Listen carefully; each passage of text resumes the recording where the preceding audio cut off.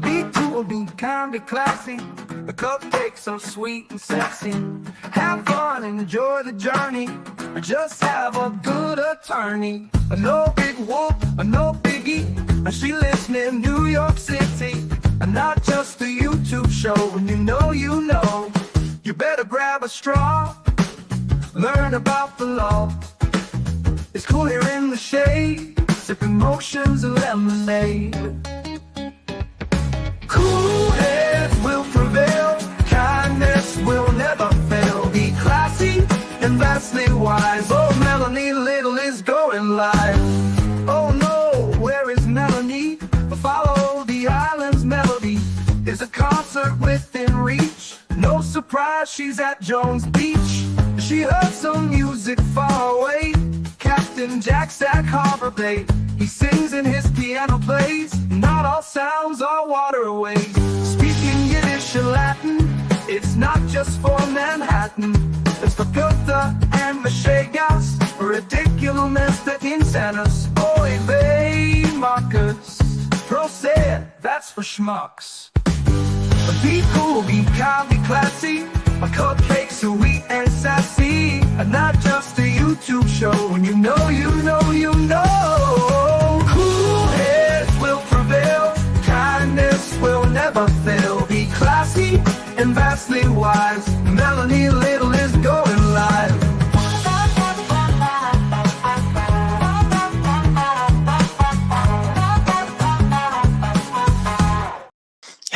Happy Hump Day. Good morning, everyone. Hi, it's Wednesday. It is Wednesday, March 11th, 2026. And sorry I was late, but I ran out of protein bars and I was really getting hangry. And you don't want me coming out here to hang out with you and I'm hangry. So it took 4 minutes for the waffle to cook that I was going to eat. And then I just grabbed a bowl of grapes. So here we are. It's Hump Day. Somebody put a great comment in here earlier. Let me find out who it was so that I can give full faith, full credit to this excellent idea of, hold on, here it is. Desiderata said, while we wait, using a movie title, describe your mood. I'll start. Sleepless in Seattle. Oh, I'm sorry you didn't sleep, honey. But are you in Seattle? Okay. Oh, I love your profile pic.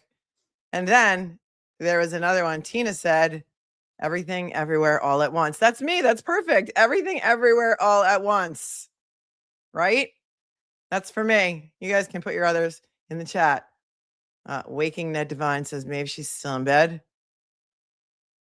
And if you're in the paths of the storms, please stay safe. Thank you, Jackie, for pointing that out.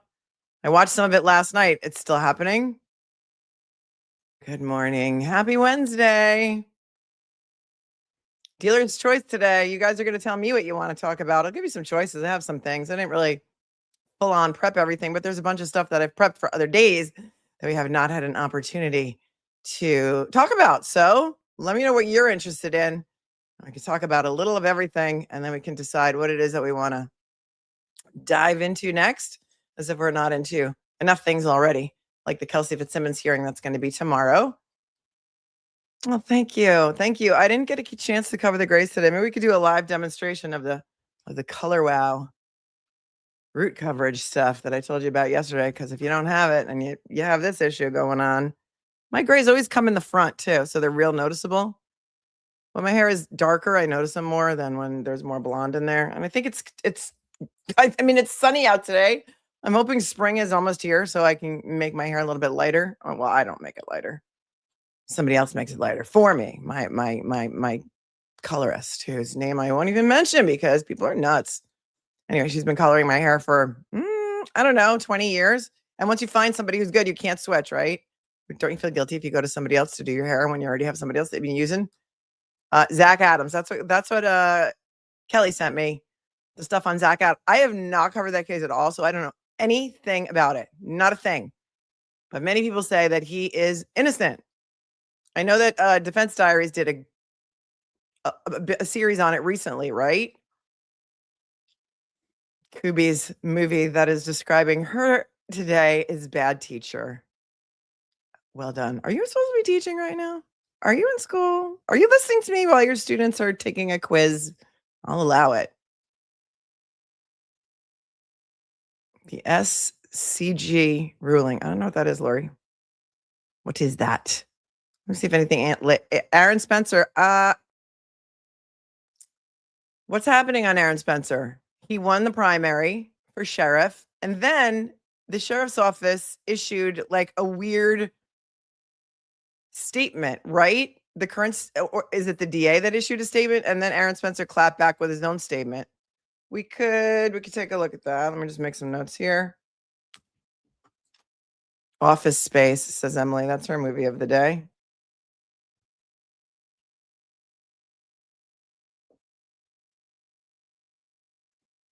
Jason Hughes from Georgia. You sent it to me today? I don't know anything about Zach Adams either. Yeah, Zach Adams is the one with Holly Bobo. Yes. Little Cupcakes movie is Dirty Rotten Scoundrels, she says, from describing the internet troll experience. You got to not go there, Little Cupcake. You got to not go there. That's what you tell me every day. You talk me off the ledge and people send me stuff. And she says, just don't look. Just don't look. So I don't look. Oh, stop. Charity Bialis' cause of death was ruled self-inflicted. What? Out of work hairdresser? What? We covered Charity Bialis. Hold on. Was that just recently? Wow. Remember we were saying there was no cause of death? And she was found with her 2 children in that mansion. And the doctor that she was married to, I'm thinking of the same case, right? The doctor that she was married to had another wife die under suspicious circumstances. Oh, all right. All right. I'm going to have to look that one up because we've already been covering it. No, I have not been covering or following Corey Richards at all. Ms. Davis, have you guys? Have you guys been following it? It was just, you know what? It was just too much of an investment for me. Like I didn't have that many weeks to be here because I know I have to travel at the end of this month or beginning of next month. And so I just couldn't commit. And I hate to leave you guys like even for a day when there's a live trial because I don't feel like it's fair to you. And then what happens is sometimes it's unavoidable. Like if one of my kids needs me and they're sick or whatever. But then you always come back even more lovely than before because you're like, I tried to survive at long crime and I couldn't do it. It was terrible.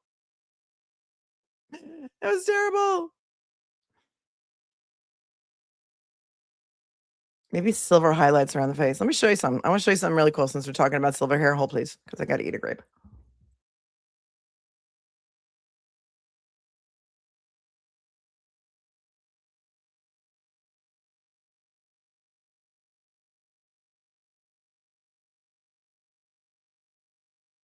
One second.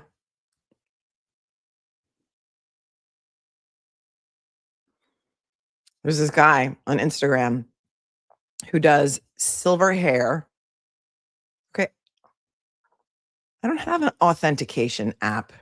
What are you talking about? I got a whole new system, you know, and I don't know, for some reason my Instagram is not logged on my computer and it says log in through Facebook. So I tried to do that and then it says put in a code from an authentication app. I don't use that authentication app nonsense.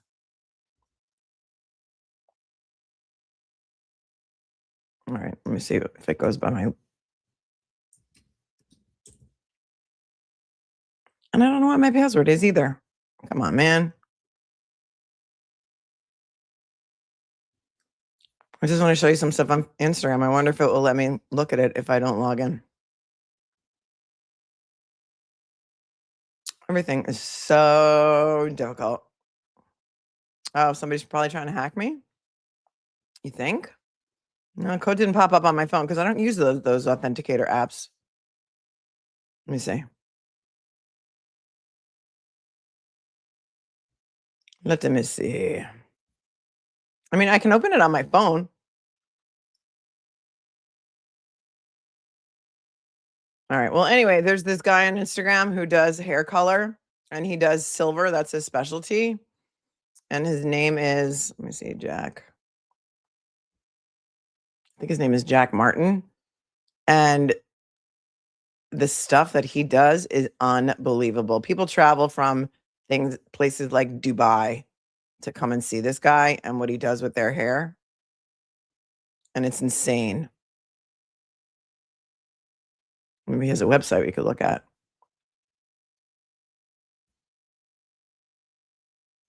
And like the trend, I love like what those before and after type things. And he has a lot of before and after videos where he makes women's hair silver, like the natural color of their natural grays. And it is so stunning. But the upkeep on that is tremendous and expensive. And I can't even imagine how much he charges to do it. Oh, look, it comes up like that's one of the first things. Oh, look, I can get it on Facebook. Okay, hold on. It's wild because I think this is so cool. Check it out.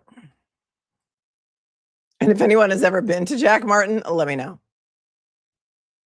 All right, so here he is, Jack Martin. I think he's in California.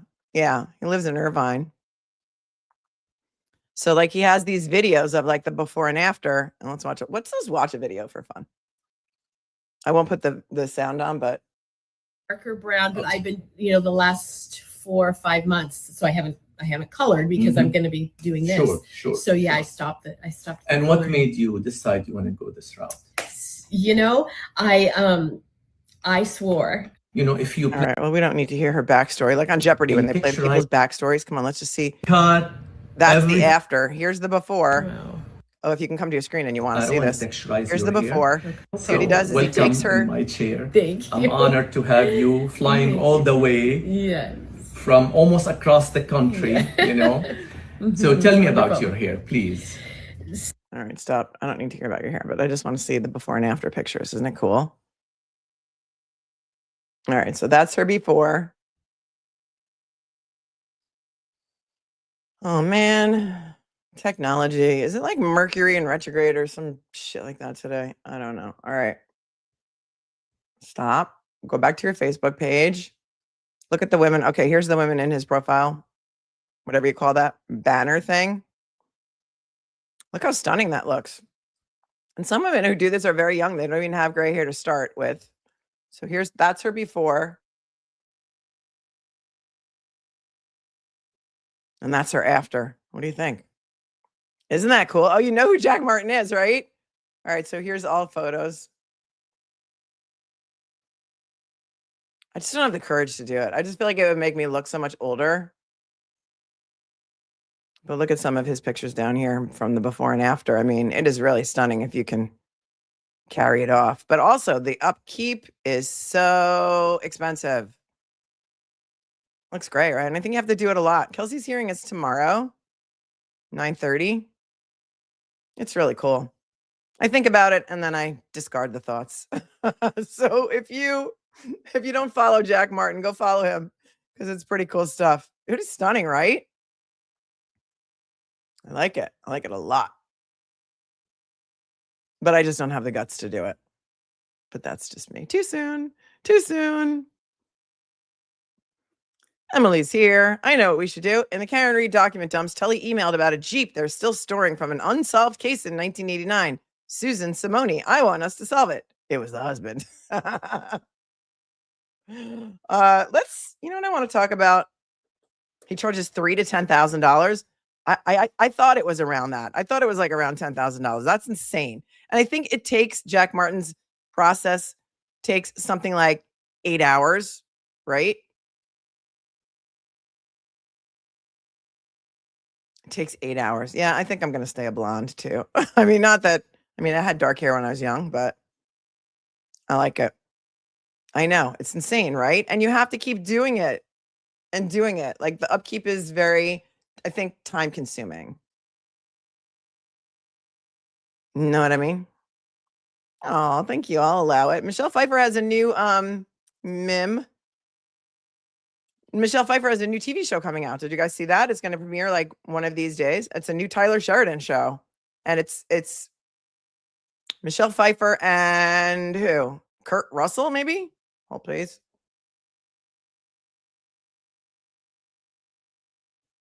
So that's coming out soon. That's exciting. I think it's like maybe it already premiered. Does anybody know?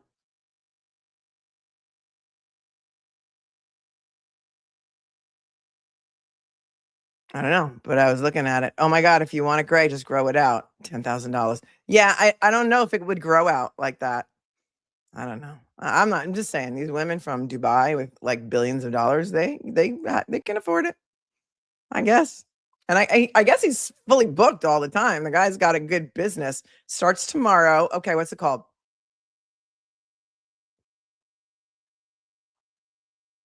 Jersey. I can look it up, but Nancy Hughes' 1986 murder trial is in jury selection in Plymouth Superior in Brockton. Michael Hand. You should cover it. Michael Hand, this probably isn't the same guy, but when I covered the church cases against the diocese down here, there was a priest by the name of Michael Hand who, I mean, you can't make that up, can you? There was also a priest predator, and his name was Father Fingers, and I'm not making that up either. Is it going to be televised, Nancy? Problem is we can't get audio, we can't get video if nobody's covering it, and if the law girls aren't there. And nobody's still nobody has covered Lucy Medina. I don't think any mainstream media picked it up to even talk about it. I don't think so. Because John Kerry's murder trial for the murder of Claire Gravel, which I think was also in 1986, was not. Wondering why I didn't use my wow today? Because I was rushing to get ready. I could do it right now. I'll do it when I go off camera if I show you a video or something. I was rushing to get ready. That's why. Michelle Pfeiffer's show is called The Madison. Thank you, Emily. Morning, Colorado. Scobuffs. Scobuffs. I heard you guys didn't get much snow this year, huh? I mean, was the skiing? Don't even tell me the skiing was better here in the Northeast than it was in Aspen Vale and Winter Park and all my favorite mountains.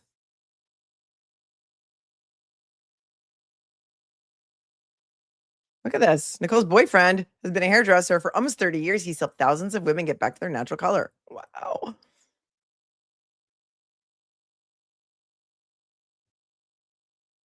Michael Hand. Everybody loves WOW products. Utah got very little snow this year, I heard. Not good for the mountains. I don't think it's the same Michael Hand, though. I mean, I can look it up.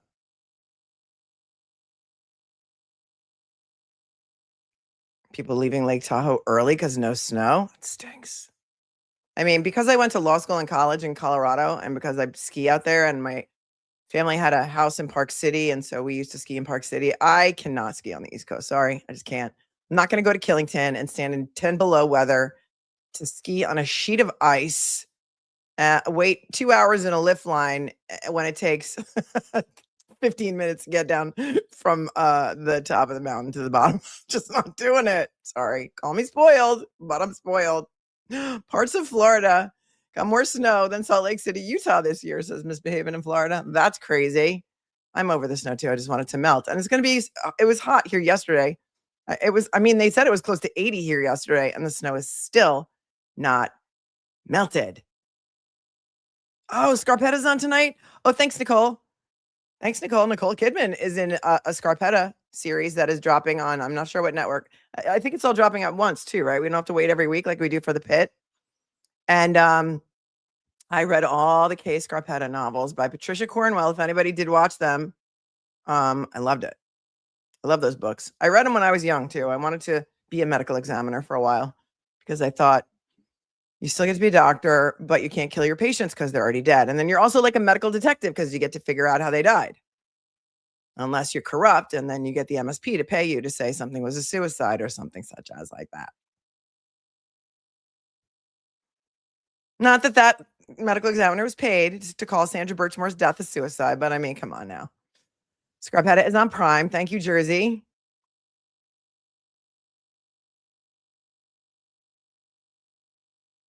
Hi, Law Girls. If Hand is a case you're interested in, we will go and try to live stream if we can. I need to find out the details, when it is, how long it's going to be. I don't know where you guys are located and how far that is for you. That's Plymouth. Usually lets the cameras in, right? Because sometimes they have cameras in there for Karen Reed's civil hearings.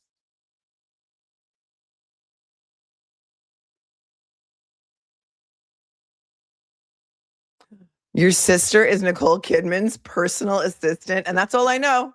Right, I could tell you, but I'd have to unalive you. I hate unalive. I hate that. But sometimes if you say the K word too soon in the stream, you get in trouble. Your sister is Nicole Kidman's personal assistant. I need to know everything. I swear I won't tell anyone, but I do need to know everything. Is she nice? Keith Urban is a scumbag. Look at what he did to her. Allegedly having an affair with some 20-something-year-old girl that's in his band and leaving Nicole Kidman after she stuck by him through all his battles with sobriety. How dare he? I'm really mad at him, Pinky.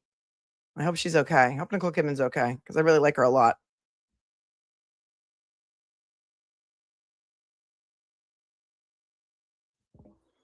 And so I guess she's been on set with her for the filming of Scarpetta. Oh, I want to know everything.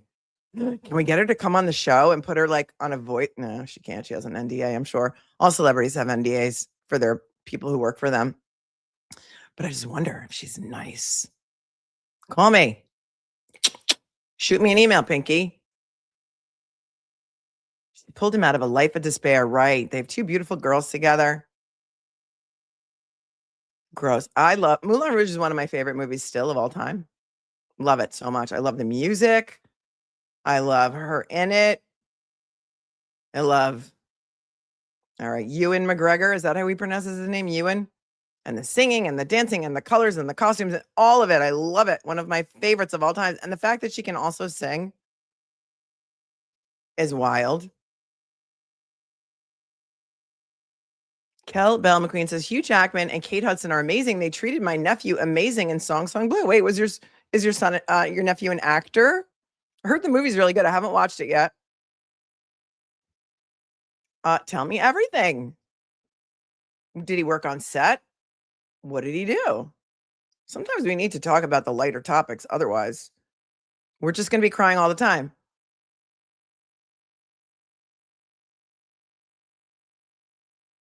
Tell me everything, Calbell. Kathleen says, oh, snap. I didn't know Michael Hand. He unalived the girl at Miles Standish.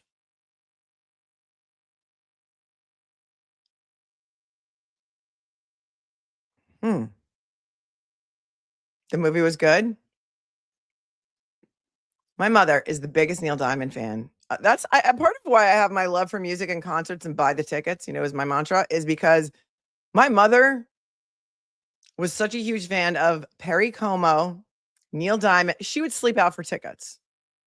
And I'm the oldest. My mother had me when she was very young. And so my parents were so into music and they would go to concerts all the time. And she started that. And now my kids do it too. And I love it. I love it for all of us. Buy the tickets, you guys. Buy the tickets. Oh, today's motivational quote of the day. Motivational quote of the day is only the educated are free. Only the educated are free. I don't know why that's not focusing for you, but there it is. Okay, there we go. It takes a minute sometimes. Dun, dun, dun. And let's pull an empowerment card today because everyone needs a little empowerment.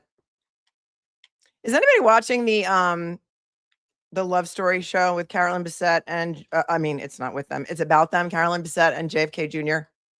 I started watching it, but it didn't grab me immediately. And they were getting in the plane. And I just remember how traumatic that was. And I wonder if it's good and if I should watch it. I think it's called Love Story. All right, here we go. I did get my nails done finally. All right, empowerment cards. Let's do it. When someone says you can't do it twice and take pictures. I love this. When someone tells you you can't do it twice and take pictures. Well done. All right. Tracy says, I wish we could see you applying your root stuff. Okay. It only takes 2 minutes. I mean, not even. It takes 2 seconds. Okay. It's hard for me to do because this is not a great This is not a great camera here. Okay, but here, this is what it is. It's called Color Wow.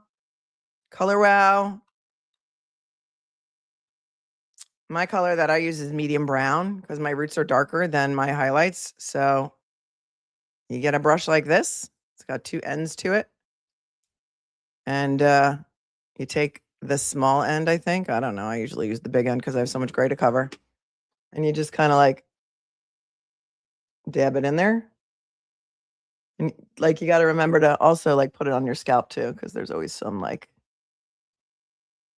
strays. And sometimes your scalp is like, you know, as you get older, your hair thins a little bit. Look, it's like magic. It's hard for me not to do with like a makeup mirror because, and then you can use the bigger side to like brush it in. But you know, if you want to get crazy, you can get all up in the inside. I usually just do it like here, so it doesn't really show on camera. Magic. Because I mean, how much does it cost when you go for a touch-up? A lot, right? And then you got to get there. You got to hang out there for a while. Can't really talk while I'm doing this. I know you hate dead air.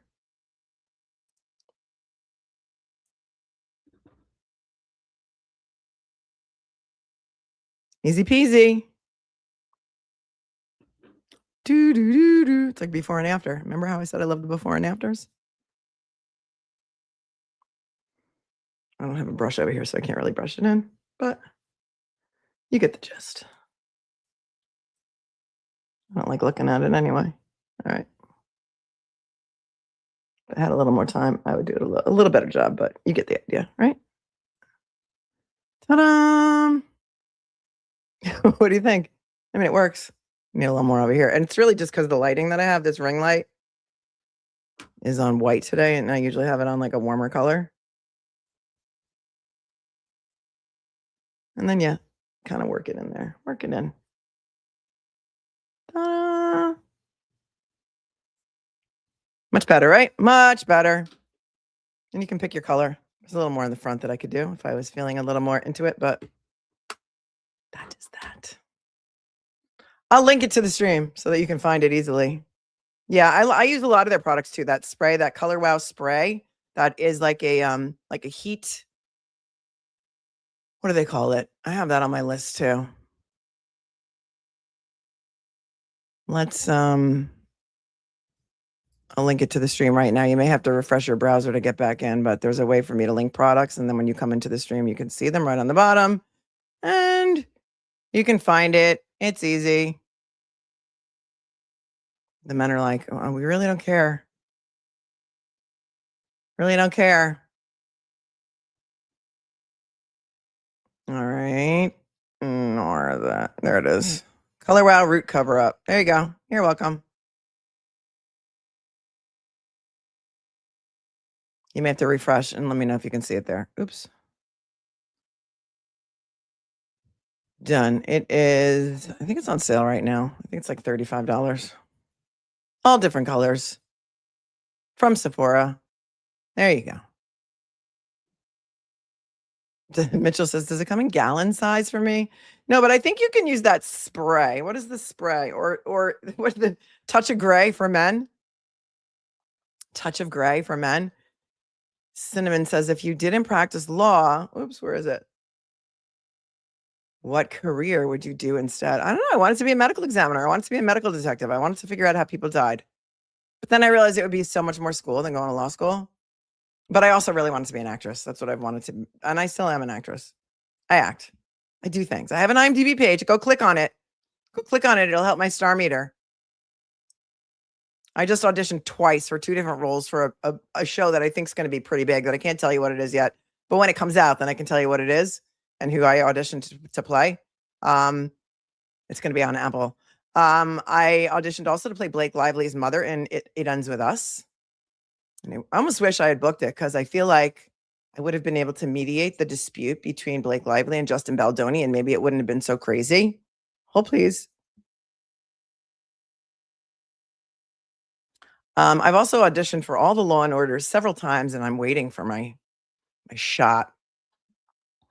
There are a lot of television shows that film in New York. A lot.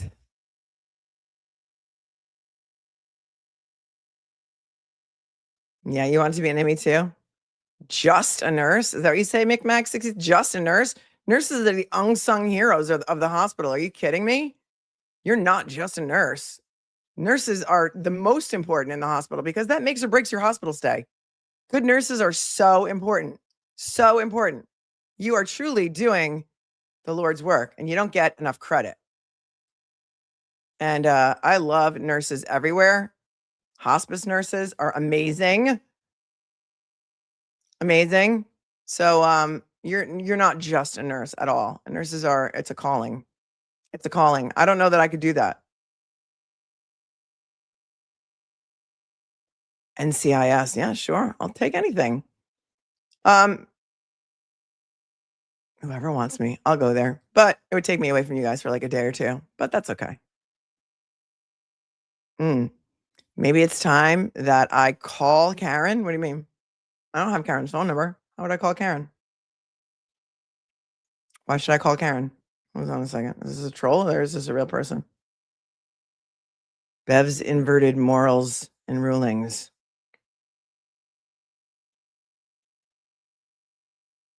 I don't know if you're a troll or I don't know if you're a real person, but I don't have Karen's phone number. How would I call her?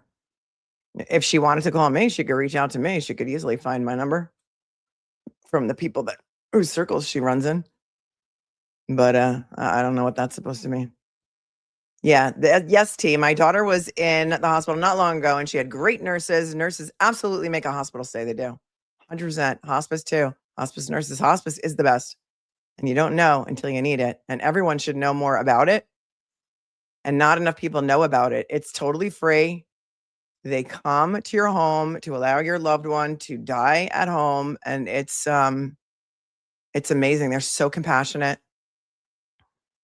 Oh, hoping for a mediation. I don't know who I'm going to mediate with. I mean, I don't know. Has the window closed on that? I mean, I made that offer a really long time ago and it was never, nobody ever reached out to me.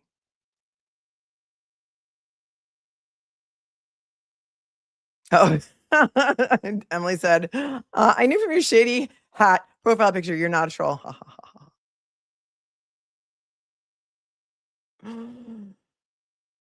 Yes, you can also volunteer for hospice. It's amazing. They're angels. Yes, they are angels. So good to Amanda's mom. And not enough people know about it. So if you don't know about it, educate yourself on it just so that you do know about it. And if you need, Turtle Boy and Karen are fine. No need for any mediation. I don't know I don't know what's true, what's not. Did she say that? Did he say that? I don't know.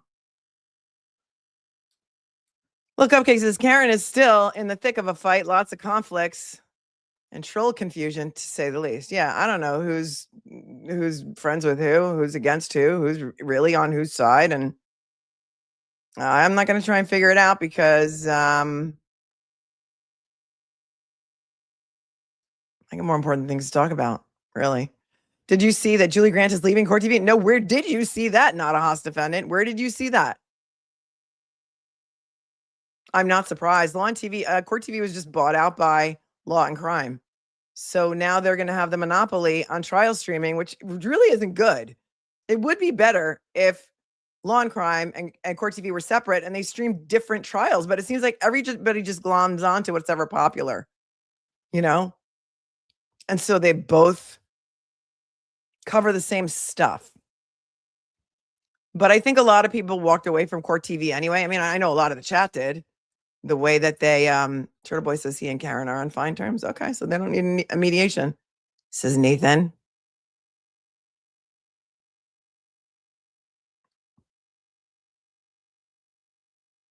Yeah. I don't know. I didn't hear about Julie Grant leaving Court TV. Is that real? She's just going to teach now? I don't know. Where did you see that?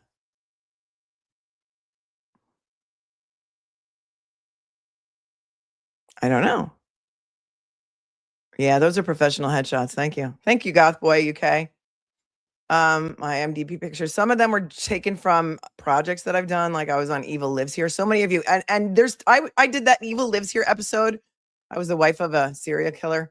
Carl Carlson's wife from the 80s. I think it was the 80s or 90s. And some of those pictures are pulled from projects, and some of them are professional headshots, which, is the thing. So thank you very much. Thank you very much. Where did you read that? All right, we're going to have to look it up. Let's talk about, well, this, I found this very interesting yesterday because we were just talking about him.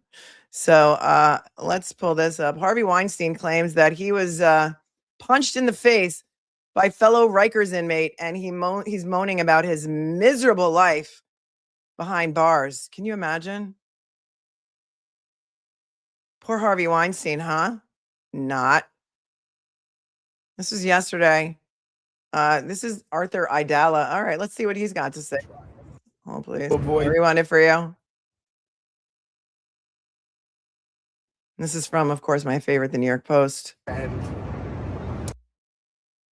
we went in there today, and I just asked a very experienced judge and very experienced prosecutors if there's a way to avoid doing another trial. The prosecutor said no. They are insisting on doing another trial. The judge has the power to allow Mr. Weinstein to plead to the count. That's outstanding. And the sentencing on that is so low that it basically would have no real impact on Mr. Weinstein's overall life. He is about to turn 74 years old in March. He is about to hit his 6-year anniversary of being incarcerated. And as you heard, Happy anniversary, Harvey. Happy 6-year anniversary, Harvey Weinstein. His anniversary of being in prison. Oh, my God. Mr. Weinstein say in court, when they say Rikers Island jail time is so hard, it counts as double. And so if you actually played that out a little bit, and he is suffering this, I think all of you who have seen Mr. Weinstein through the years have seen how he has just deteriorated. Wah. Wah, wah, wah. It's like he's been in jail for a decade. He hasn't, but that's what it's like. Well, you know what it's like for the women that he maybe graped? It's more than a life sentence for them, sir. This guy, Arthur Idala, he was on, Lauren Conlin had him on the other day. And I forget what they were talking about. I think it was the Alexander brothers, which I want to talk about next. I think that's a scarf. And then there's a hat on his head. It's a life sentence for the women who were abused by Harvey Weinstein. So really not feeling sorry for him at this point. Like when you're in a facility that's so bad that a federal judge for the first time in the history of New York has said it's so bad that the city can't even run it anymore. I'm appointing a federal monitor to run the jail system. Quite a hat, Arthur. Quite a hat. Does anybody feel sorry for Harvey Weinstein? Well, here's what the article says. Disgraced Hollywood mogul Harvey Weinstein moaned about his miserable life at Rikers Island in a new jailhouse interview, claiming that he was pummeled in the face by a fellow inmate and is constantly threatened and derided by other prisoners. Weinstein, who uses a wheelchair to get around, insisted safety concerns at the notorious New York City lockup have kept him confined to his cell for 23 hours a day, admitting in a 1-hour sit-down with the Hollywood Reporter that he wouldn't last long among the Gen Pop. Wasn't KELSEY FITZSIMMONS in solitary too? Because she's a police officer and used to be a corrections officer. So one time while I was waiting to use the phone, I asked the guy in front of me if he was done. He got off and punched me hard in the face. The 73-year-old complained to the magazine in an interview published on Tuesday. Yes, Alan Jackson did represent Harvey Weinstein. You are correct. I fell on the floor bleeding everywhere, he said in the January interview. I was hurt really badly. The cops asked me who had done it, but I couldn't say. You can't be a rat. That's the law of the jungle, Weinstein continued. The disgraced Hollywood mogul, who likened Rikers to hell, remains there as he awaits a retrial for the third time on charges of graping an aspiring actress inside a Midtown hotel. And his lawyer's like, yeah, you shouldn't try him because, he's already got enough time. He's going to die there anyway, I guess. I spend almost all of it in my cell. Sometimes I'll go out in the wheelchair just to get some air, but that's only half an hour. Mostly I'm in my cell 23 hours a day. I don't have any human contact other than with the guards, he griped. Weinstein complained that When he previously spent time with other inmates in the yard, he was incessantly nagged and felt like he was under siege. They were nagging him? I mean, being beat up is a little bit different from being nagged, wouldn't you say? It's too dangerous for me to be around anyone else. Other inmates get to go to the yard, but every time I'm out there, I feel like I'm under siege. The former powerful producer. Oh, and here's a picture of the yard. That's nice. Maybe they need to get the landscapers. Rikers Island is brutal. It is brutal. It's no joke.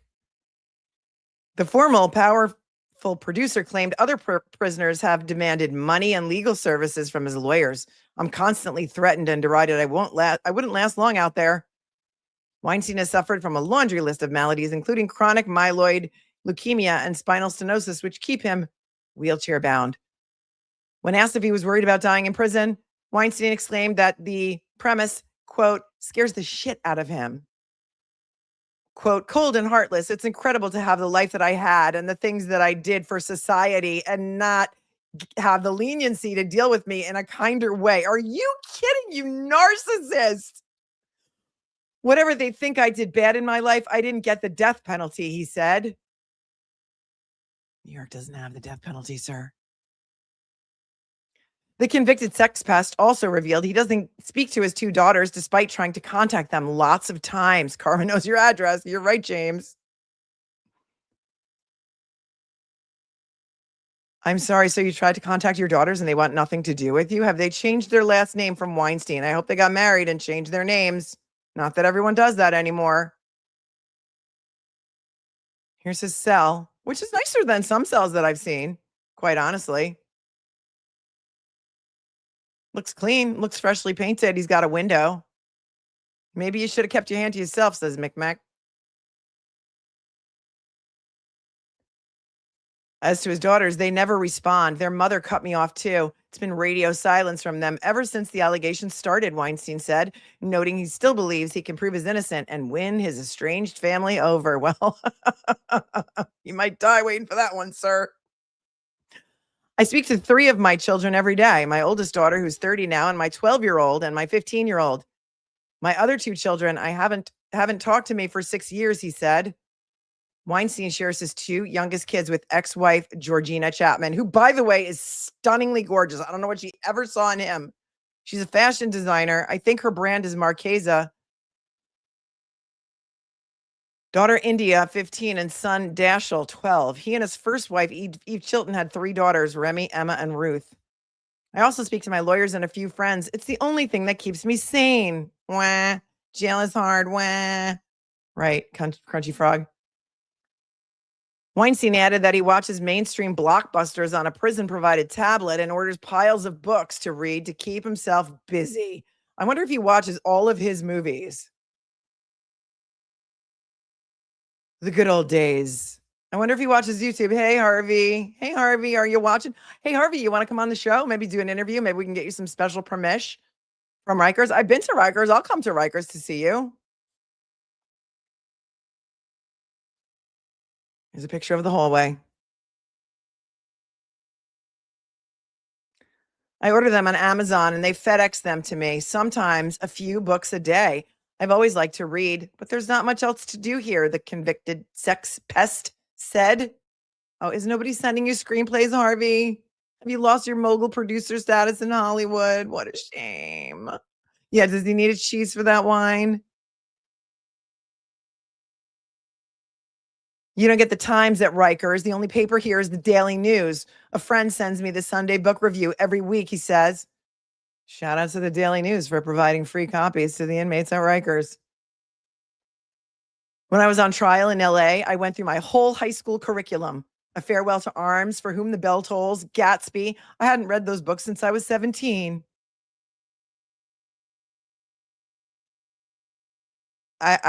You guys can say it better than me. Snark Tank, go. Reading them at 72 years old, trapped in a cell, it just hits differently. Here at Rikers, I'm reading memoir after memoir. I just finished Tom Freston's book, which is pretty good, actually, Weinstein continued, referring to Unplugged. I don't know who Tom Freston is, but did he pay you to plug his book, Unplugged? Here's a picture, a drone shot, as it were, of Rikers, which is actually on an island. And you got to take a bus there. And as a young lawyer, when I worked for a different lawyer, I was an associate at a firm, and I had to go over there on a bus, the Rikers bus, to meet with an inmate who was a client because he got beat up in jail and slashed in the face. And I got stuck over there on the island during count, and they count all the prisoners. It took hours before I was allowed to leave. And it was a very sad bus ride over there with all the mothers and little children going to visit their daddies in prison. I mean, Rikers is a jail, right, Scott? But then there's a line in it that says, I know Harvey Weinstein. He was a predator. It's just one line, but it broke my heart. It broke your heart because someone else called you a predator? Because do you really think you're not one?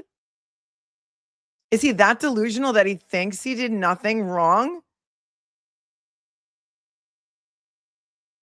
Who was the one who really came out again? It was, I get Rose McGowan and Rose Byrne confused sometimes. I think it was Rose McGowan who came out and spoke out about him, and all the women whose careers were ruined because when he would come to the hotel room where he would call his meetings, when the women would come to the hotel room, the actresses, and he would show up at the door with his robe on and ask for a massage and all of the other disgusting stuff that he did. Does he really think that he's not a predator? That's wild. Yeah, Rose McGowan. Yep, Rose McGowan, Ashley Judd. And there are some who it is said did maybe some favors for him and never spoke out about it because he did make their careers and they couldn't.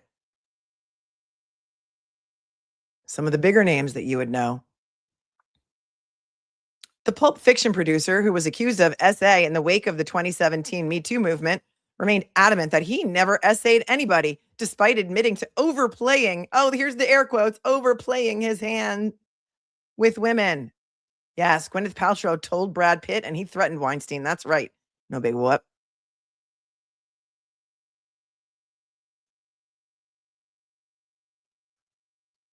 He seriously does look like a Marvel villain, Caroline. You're right.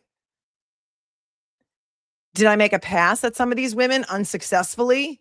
Did I overplay my hand? Yes. Was I pushy or overly seductive? Yes, to all of that. He told Mayor Roshan, who I guess did the interview with Access Health. Are you kidding me? Harvey Weinstein being overly seductive. There's nothing seductive about that man at all. But at one time, it is argued he was the most powerful man in Hollywood. And he made a lot of promises. Mira Sorvino, Pint-Sized Monster says. Overly seductive. Okay, how many people in the chat feel like they would be wooed by or seduced by Harvey Weinstein successfully? Anyone? Anyone? What a narcissist. Here's a picture of him sitting in court. He's not very remorseful, though, is he? No, they're exaggerating. He may have overplayed his hand because he was overly seductive, but he didn't do anything wrong. Look, I should never have gone out with the people I went out with. I was married to a fantastic woman who had no idea what I was doing. I lied all the time. I improperly used my staff to hide these things, the disgraced studio exec said. Oh, no, he didn't just say it. He wailed it. But did I ever sexually assault a woman? No, I never did that. Weinstein was convicted of raping Jessica Mann at his first trial in 2020 and of forcing oral on former Project Runway production assistant Mimi Haley. The verdict was then overturned in a bombshell ruling from New York's highest appeals court. At the retrial, Weinstein was convicted again on the Haley charge, which carries a sentence of up to 25 years in prison, but the jury could not agree on the Mann rap. The jailed former movie bigwig made a long shot bid for a retrial based on alleged juror misconduct, but a judge swatted it down in January. At a third trial, man would be set to testify again about the once powerful studio boss allegedly graping her in 2013 at the DoubleTree Hotel. The DoubleTree Hotel. It wasn't even like the Waldorf or the Plaza. It was a DoubleTree Hotel. You're also a cheap SOB when you're doing your crimes. Okay. I want to find you a picture of Georgina Chapman because he's like, oh, well, you know, the worst thing I did was cheat on my wife and I shouldn't have cheated on my wife, but I didn't actually essay or grape anyone.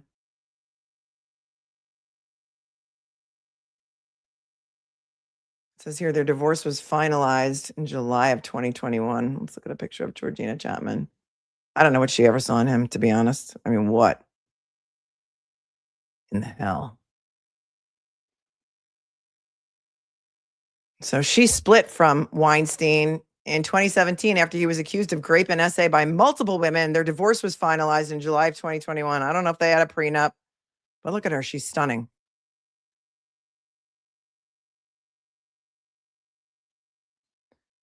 Their romance was romance. How could it be? It was first confirmed in February of 2020. They made their red carpet debut as a couple at the 2021 Tribeca Film Festival. Wow. Why, Georgina? Why? I wonder if they had a prenup.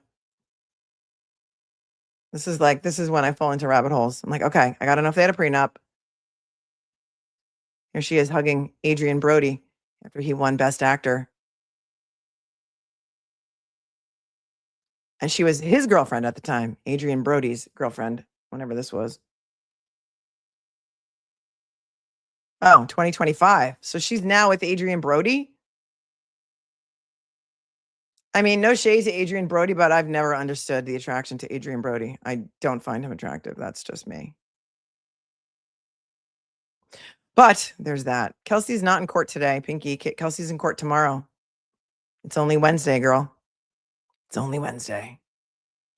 Today we're talking about whatever you guys want to talk about, because usually we're reading documents and we don't have time to talk about the things that you want to talk about.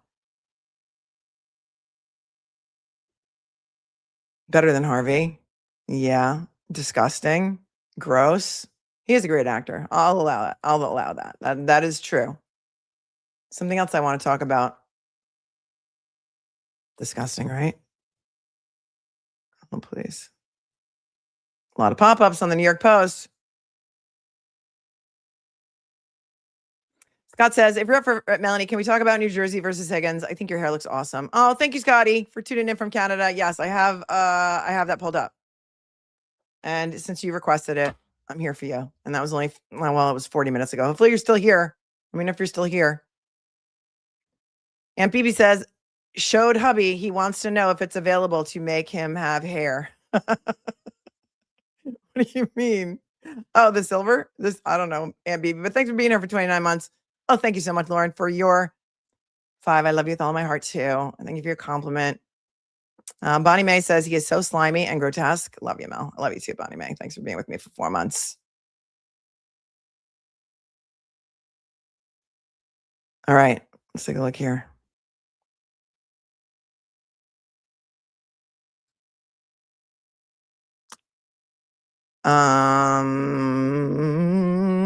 One thing, first thing before we go to that, let's go to this because we didn't cover it yet in full. And it made the New York Times because it is a really big story here in New York and everywhere. Do you remember the Alexander brothers? Do you remember us covering the Alexander brothers indictments all the way back in, I don't even know when that show was. But there are 3 brothers who just stood trial for several weeks in a Manhattan federal court. The Alexander brothers, 2 of them are twins, and one of them is not a twin. And those 3 brothers, over the course of 20 years, were accused of, 2 of them are very famous real estate people in New York, were accused of sex trafficking. At least 60 women complained about them, flying them to such places as the Hamptons here on Long Island and Miami and other places and drugging them and raping them. And it was a horrific story. And the trial went on for weeks, and the verdict just came out on Monday, 5:30 p.m. on Monday. Check it out.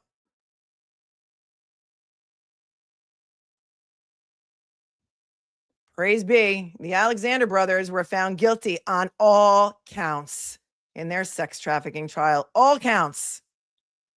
The verdict came more than a month after the trial began in federal district court in Manhattan, where the jury heard weeks of emotional and often graphic testimony. Here they are. I'll link my previous show on this below because we went over the indictments. Here's the chalk. U.S. versus Alon Alexander, Oren Alexander, and Tal Alexander. On the left is Alon, I'm not sure how he pronounces it, Alexander, Oren Alexander, and Tal Alexander. And this was originally during the original presser. The indictment alleged that between at least 2010 through at least 2021, but I think eventually after they talked to more women, it was over a 20-year period, the Alexander brothers worked together and with others to repeatedly and violently drug, essay, and rape dozens of female victims. And at the time, the FBI was asking for other people to come forward, or other women to come forward, and they did.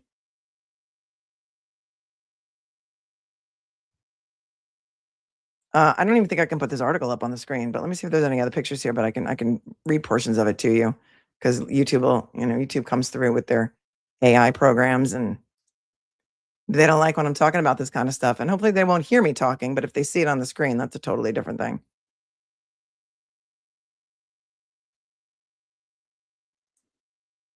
I'm going to show you some other pictures of them as well. Hold on. Very big, very hot in the New York real estate scene. I think they sold the most expensive penthouse that was ever sold in New York City at the time. And I don't remember, I think it was around 39 million at the time. And I think it was on Central Park South.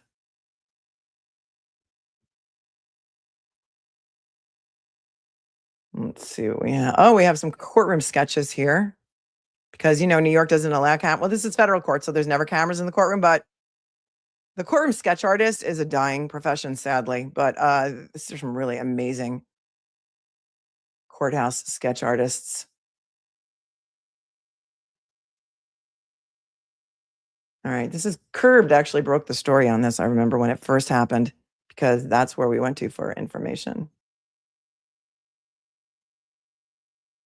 But apparently I've reached my monthly limit, so I can't show you pictures from Curbed. All right, whatever. Oh, please. Did any of you follow the Alexander brothers trial? Because there was, Lauren Conlon was there almost every single day, and then she wasn't there for the verdict, and she was very upset about it. Mountains or hills. Pictures of mountains or hills. Please check them. I don't like these two-factor authentication things. All right, stop. All right, here they are in happier times. Everyone knew about the A-team, according to Curbed, and there they are, the brothers. I don't understand. Here's the thing. These are good-looking guys, right? They're good-looking guys. They didn't need to force themselves upon women, I would imagine. And I think all three of them were married because I remember their wives showing up at the original arraignment. Okay. All right. So you don't know about it? Good. I'm going to tell you a little about it now. Three brothers, including two who were among the country's most prominent real estate brokers, were convicted in Manhattan on Monday of engaging in a years-long conspiracy to traffic women and girls for sex. They're also facing state charges in Florida because Florida brought state charges, but they agreed to let this federal case go first. Oh, please.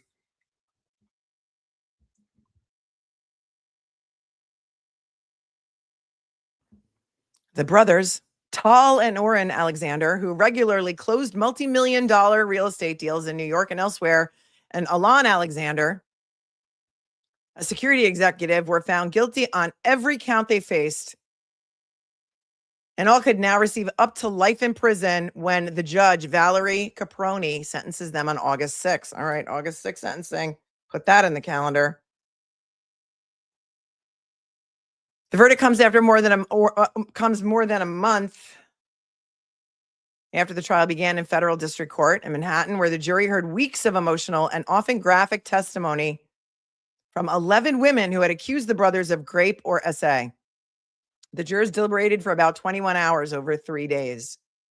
I'm going to trigger warn you ahead of time if this is a difficult topic for you. Please just put it on mute and I'll wave to you when I'm done so you don't have to listen to some of this testimony because it's brutal. It was a rough day, one juror said, who declined to give his name, told a reporter outside the courthouse after the verdict, "I'm numb, to say the least." The jurors listened to more than 30 witnesses and in one case watched a video of one of the brothers essaying a 17-year-old girl. The jurors' names are withheld by Judge Caproni because of the sensitive nature of the case, and I think it should be. The government had told the jury that the defendants masqueraded as party boys when they actually were predators. They used a consistent playbook to lure, isolate, and grape their victims. One of the prosecutors, named Andrew Jones, said in a closing argument. And not only did they commit these crimes without remorse, they did it with callousness, with a perverse sense of pride. Oh, and I remember this too. I remember their initial court appearances. The parents were with them. The parents were totally enabling them, in my opinion. And I think also they had dual citizenship with Israel. Hold on.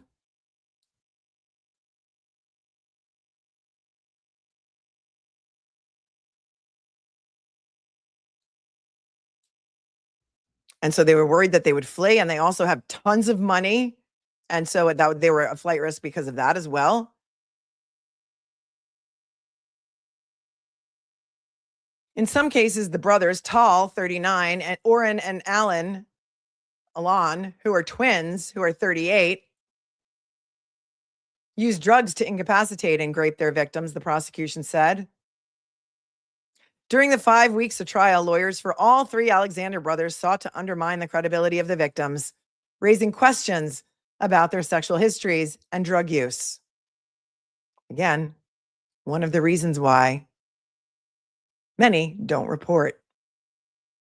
The defense lawyers argued that the brothers were playboys and womanizers, but not criminals. They cast the victims as a block of scorned women, all motivated by shame, regret, and greed. Their incomplete recollections, the lawyers said, were due not to drugs slipped to them by the brothers, but to their own voluntary consumption of alcohol and narcotics. Their accounts of being assaulted, the lawyers argued, were influenced by media reports and cash-hungry civil lawyers who had whipped up a conspiracy. They were not successful in persuading the jury. After the verdict, Jay Clayton, the U.S. Attorney for the Southern District of New York, commended the victims who had come forward and testified at the trial. Mr. Clayton said the jury had seen the Alexanders' conduct for what it was, calculated, brutal SA that unimaginably the defendants celebrated. The verdict seals a spectacular fall from grace for the Alexander brothers, one that has been chronicled by tabloids and real estate publications since allegations first surfaced against them nearly 2 years ago. Wow, that's how long ago I covered it. Tal and Oren Alexander had been among the top earning real estate brokers in the country, advertising a life on social media that was as high flying as the penthouses they peddled. Alon Alexander, who worked as an executive for his family's security business, was their faithful sidekick. That's why so many of these encounters were videotaped. All three were known as womanizers who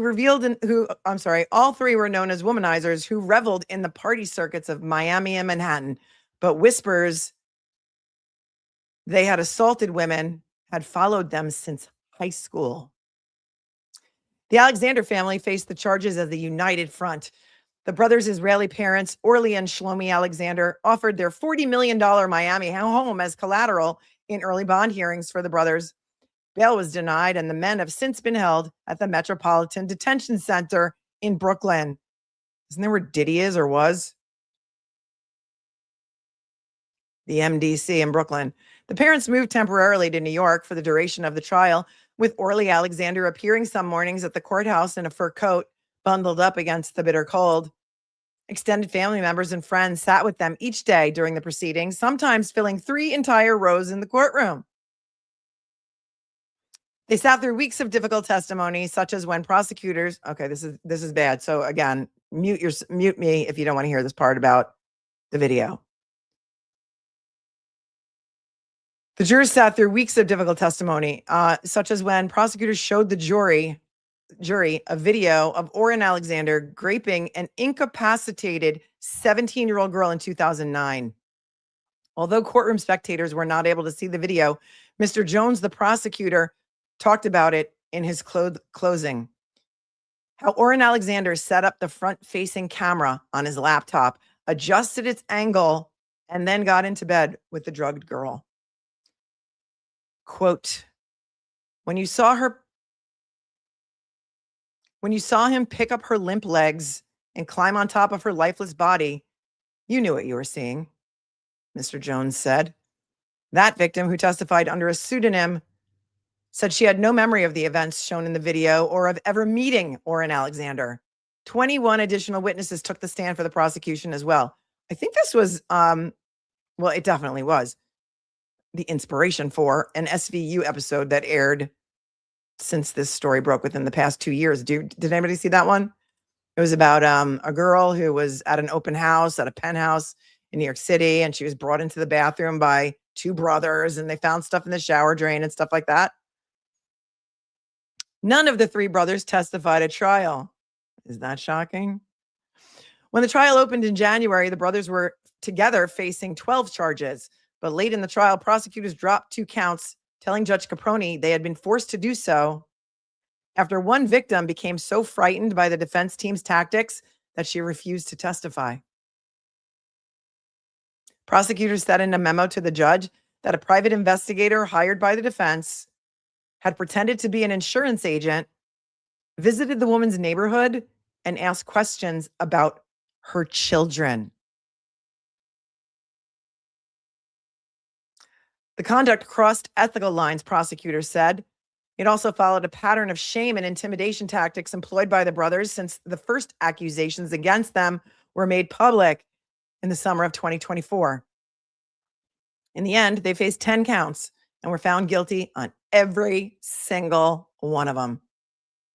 The first public accusations, 2 civil lawsuits first reported on by The Real Deal, a real estate trade publication. We went over at least one of those civil lawsuits, I believe, when it came out, prompted an avalanche of litigation against the brothers. By the time the federal charges were filed in December of 2024, with all 3 men arrested in pre-dawn raids in Miami, prosecutors would say they had interviewed 60 women while preparing their case. That's how many came forward. And I remember when they were raided, I think they got them in the middle of the night. Some of them have wives and children. I can't remember who. On Monday, as the 12 jurors marched into the courtroom to deliver the verdict, not one of them looked at the defendants.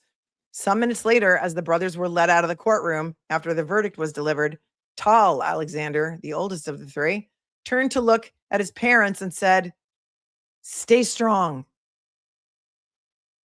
Mark Agnifilo, you might recognize that name, a lawyer for Orrin Alexander, said the defense lawyers for all 3 brothers were disappointed with the verdict and suggested they were planning to appeal. "We believe in our client's innocence," Mark Agnifilo said. "We're going to keep fighting." The indictment charged the men with participating in a conspiracy to sexually traffic women from 2008 to 2021, although prosecutors had said in court papers that evidence showed they had graped and essayed dozens of victims over more than 2 decades. On Monday, after they learned the verdict, many of those victims and their lawyers said they were crying with relief. Lindsay Acree, who testified during the trial about being raped by Tal Alexander in the Hamptons in 2011, said the verdict would encourage other women to speak up after SA. Use your voice, she said. You will be believed. Today, the jury confirmed that. I will link the prior show that I've done on the Alexander brothers, because there was at least one, maybe two. But apparently one of their private investigators was able to get some of the charges dropped because one of the victims was so scared she refused to come in and testify. Wow. Candace says, good luck with that, you monsters. Hope those 60 women are the only ones that came forward. I'm sure there were many more, right? Many who were drugged and don't even remember it. Many of them were embarrassed or don't want to be put on trial pretty much themselves because that's what these lawyers did.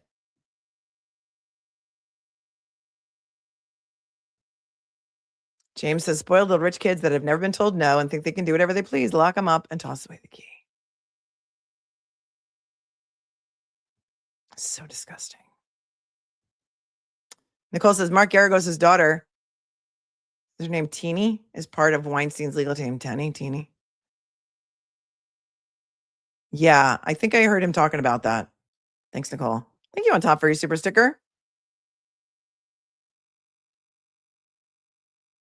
You're a sweetheart. Thank you, Betsy. XOXO. Thanks, Betsy, for your Venmo.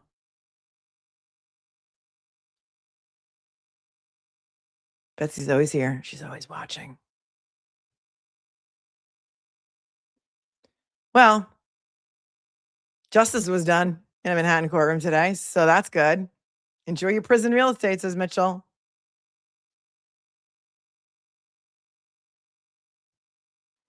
Alienated Sharpness says, we all support defense attorneys here, but I'd have a hard time defending these guys. Yeah, and the fact that the defense attorneys were victim blaming, it's a little gross. I wasn't there, so I didn't hear the closings. I only read what the New York Times told me. And kind of horrified about that.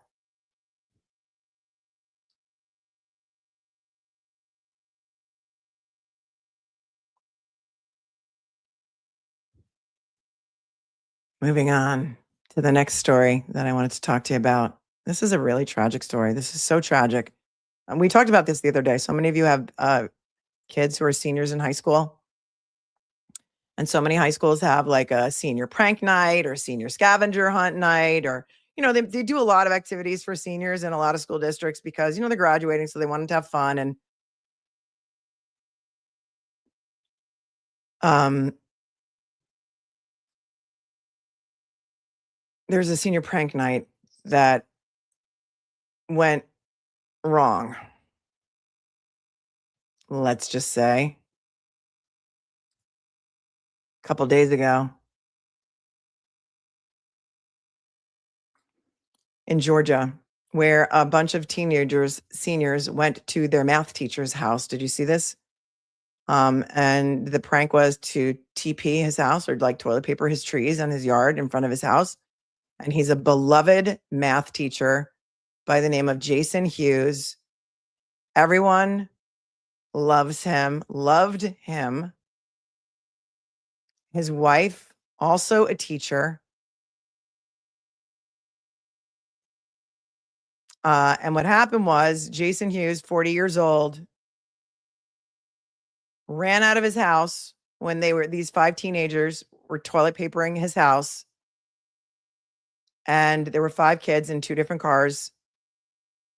He was run over by one of the cars and died from his injuries the next day. Georgia has pressed charges, or wants to press charges, against all 5 of the teenagers. One of them, Jaden Wallace, who's 18 years old, is facing up to 15 years behind bars after police did charge him with vehicular homicide in the teacher's death. It is so tragic. I'm going to play for you Fox 5 Atlanta's original coverage. This is original when it first dropped, and this was March 8th. this coverage was from, but the death happened on, I believe, last Saturday. Let's take a look at just this video from Fox 5 Atlanta.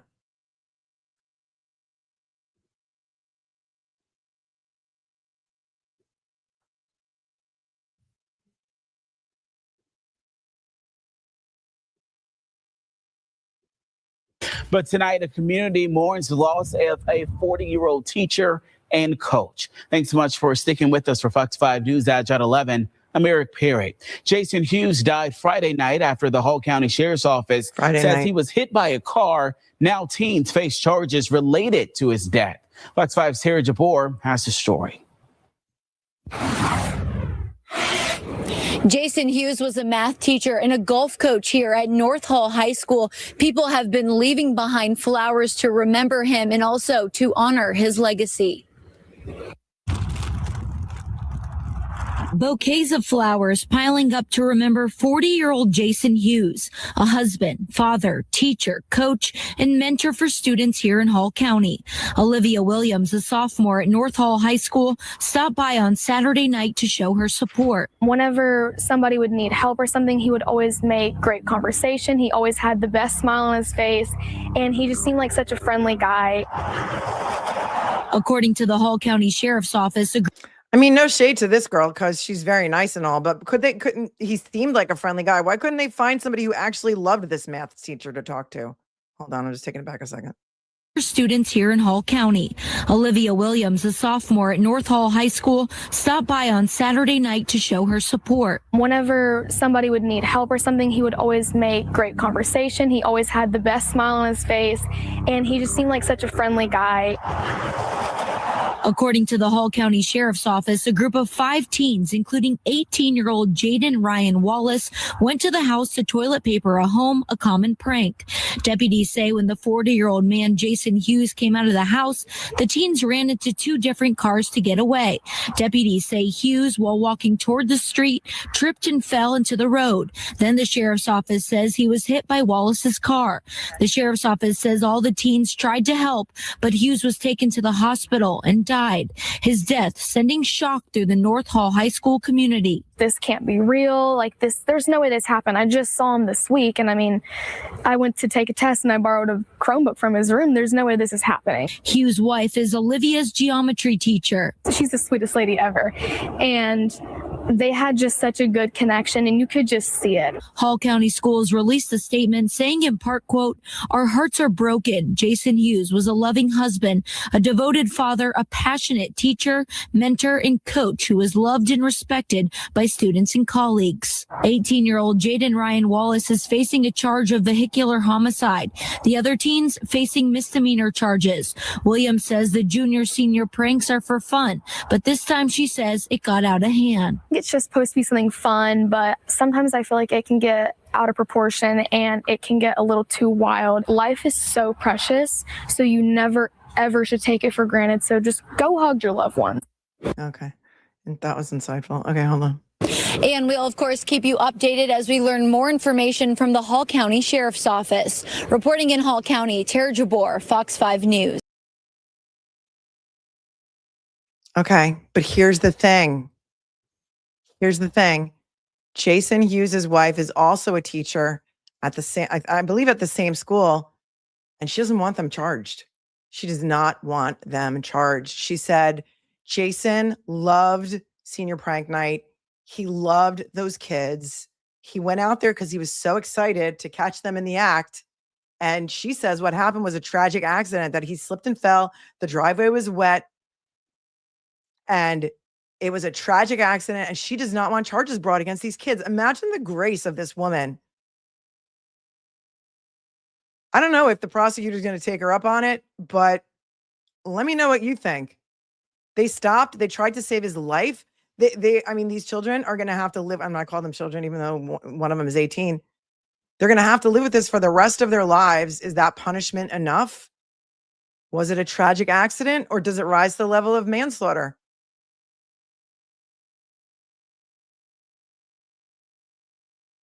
His wife, Laura, who's also a teacher at the school, is begging for the charges to be dropped against the students involved, saying her husband loved them and was excited to join them in the prank. 5 teenagers were arrested after teacher Jason Hughes, 40, he was 40 years old, was run over when he slipped and fell outside his home in Gainesville, Georgia, while chasing them for covering his front yard in toilet paper as part of a prank war that had been a school tradition for years. The father of two wasn't trying to angrily confront them, but he was excited and waiting to catch him in the act, his wife Laura told the New York Times.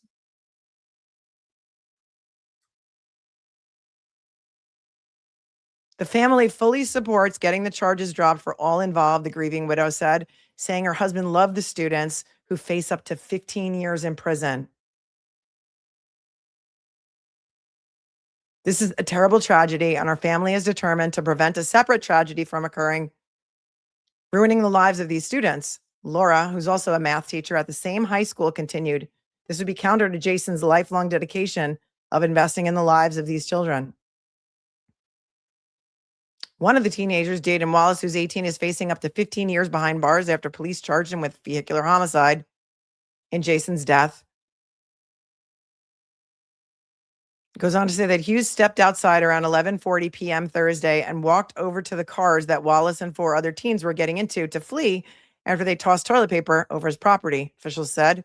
The educator tripped and fell into the road, which was slick from rain, and was run over as Wallace drove his pickup truck away. The horrified teens stopped to check on Hughes and provided first aid until emergency responders arrived and transported him to the hospital, where he died from his injuries. The accused co-pranksters, 1, 2, 3, 4 of them, looks like 2 boys and 2 girls, all 18, were arrested outside Hughes's home and charged with criminal trespass and littering. Hughes's family thanked the community for the outpouring of prayers and support as we grieve the loss of Jason. We ask that you continue to pray for our family and also for the students involved in the accident, along with their families. Please join us in extending grace and mercy to them as Christ has done for us, they said, his family. The accident came hours after school officials warned juniors and seniors to end the annual prank war because students had taken things too far in previous years. Well, I think some changes are going to happen with regard to senior prank night everywhere.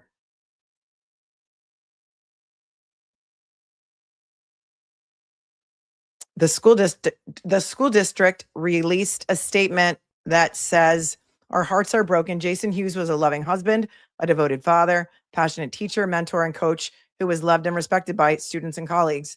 The school district said, he gave so much to so many in numerous ways. Our hearts and prayers go out to his wife and family. I mean, listen, not everything is a crime. Not everything is a crime. Tragic accidents do happen.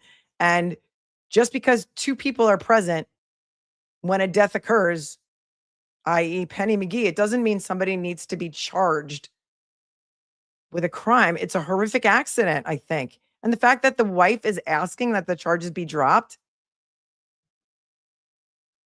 says a lot. It says a lot about her. It says a lot about her family.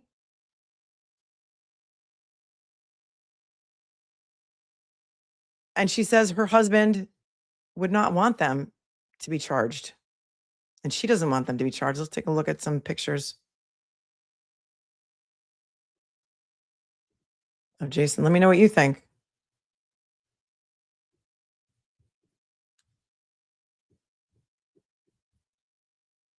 All right, hold please.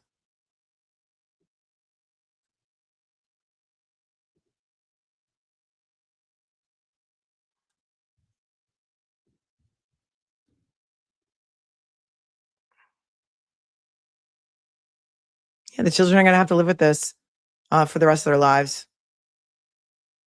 I don't know what George is going to do about it.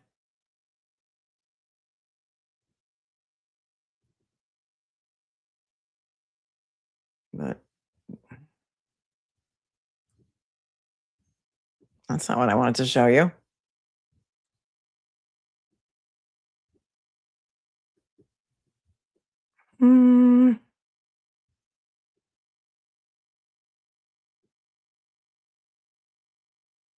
It's really annoying.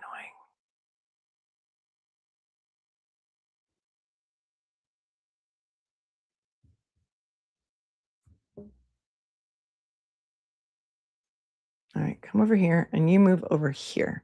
Move over here.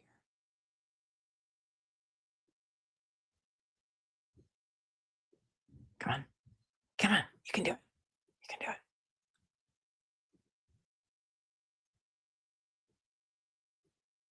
Open that tab again so you can see the pictures. Oops.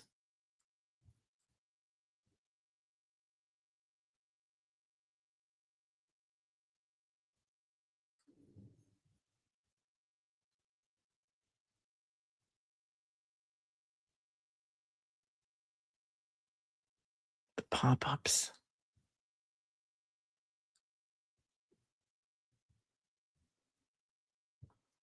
Oh, dead air, dead air, dead air, dead air.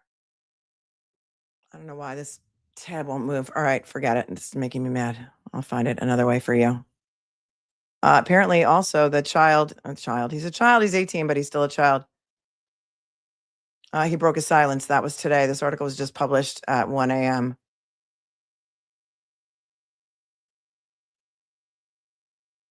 A Georgia high schooler charged with fatally running over his teacher in a prank gone wrong expressed his deepest sorrow as he vowed to honor the loving educator's memory after the tragedy. Jaden Wallace, an 18-year-old student at North Hall County High School, faces a slew of charges, including first-degree vehicular homicide, after math teacher Jason Hughes slipped outside of his own home and was fatally run over on March 6th. We are a family in deep remorse and grieving over such a tremendous loss in our North Hall community. Jason Hall meant the world to our son, Jaden. Wallace's family said in a statement, according to 11 Alive on Tuesday. He took the time to invest in Jay and poured his love into him, making a lasting impact. Along with the rest of our family, Jay expresses his deepest sorrow and sincerest apology to the Hughes' family.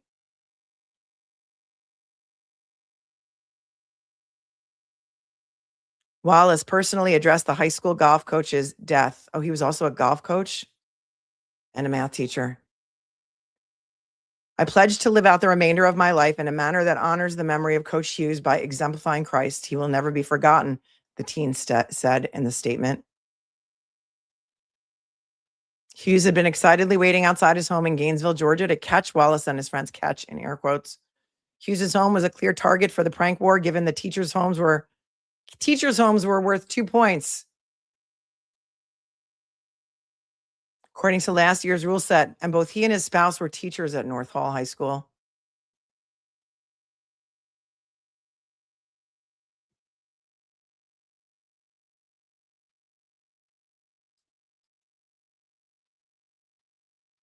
And then it goes on to say that after he caught them, he ran after them, but he slipped and fell on the road, and he was run over as Wallace attempted to drive his pickup truck away. And his wife, Laura, is asking that all of the charges be dropped. I don't know if they will, but I hope they do. Because shouldn't some prosecutors be looking for justice instead of just a conviction? We talk about that a lot.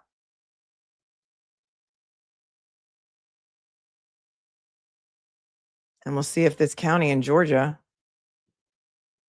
decides to go with the family's wishes or against the family's wishes. Let's watch the clip from 11 Alive.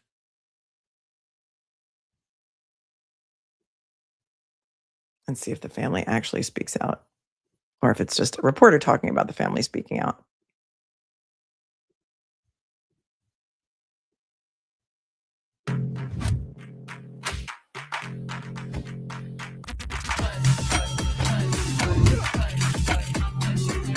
Every era. New at 11, the high school student charged in the death of his teacher is breaking his silence. North Hall High School teacher Jason Hughes died Friday night after a senior prank went terribly wrong. Police say a group of students showed up at his home to roll it with toilet paper. Hughes playfully ran after the students as they made their getaway, but slipped and was hit by a student's truck. Police charged the 18-year-old student, Jaden Wallace, with vehicular homicide and reckless driving. 4 other teens face criminal trespass and littering charges. In a statement shared by his attorney with CNN, Jaden Wallace says, quote, I pledge to live out the remainder of my life in a manner that honors the memory of Coach Hughes by exemplifying Christ. he will never be forgotten. Hughes is remembered as a passionate teacher, devoted husband, and the proud father of 2 young boys. His family says they support dropping all charges in his death.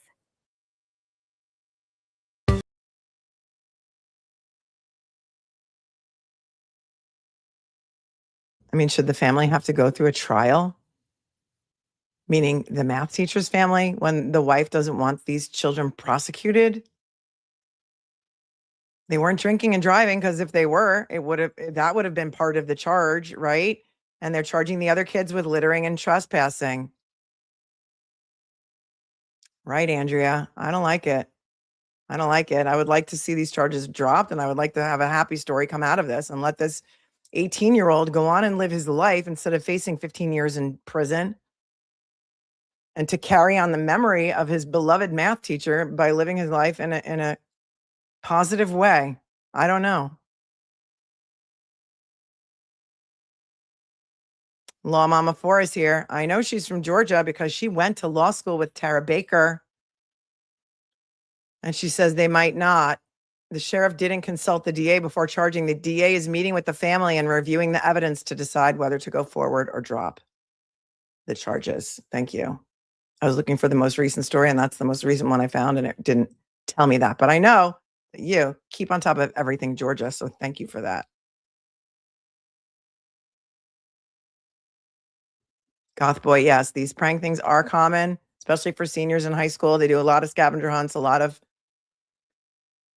senior prank nights, and this is a tragic ending. Yeah, it is something that's expected. And in fact, one of the articles that we just read said that the kids were warned that they should stop doing it. The school can't really prohibit it because it's something done outside of school hours and not on school property. And Robin says it was a prank that resulted in a tragic accident. That poor boy living with it will be punishment enough.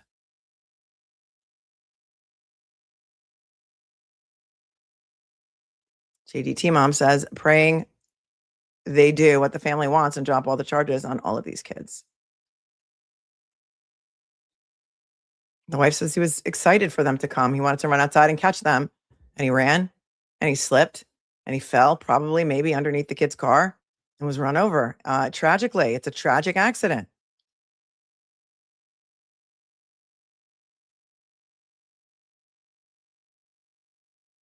Yeah, reckless drive. Not the intent is not the underlying. I mean, I would have to look up the Georgia statute, but it's a vehicular homicide. Or what did they say? Vehicular manslaughter. There doesn't need to be intent, but recklessness, I believe.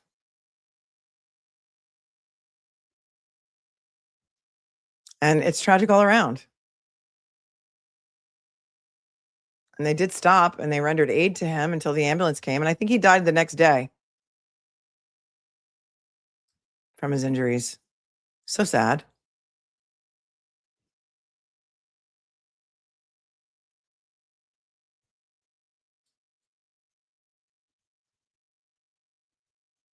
Oh, please.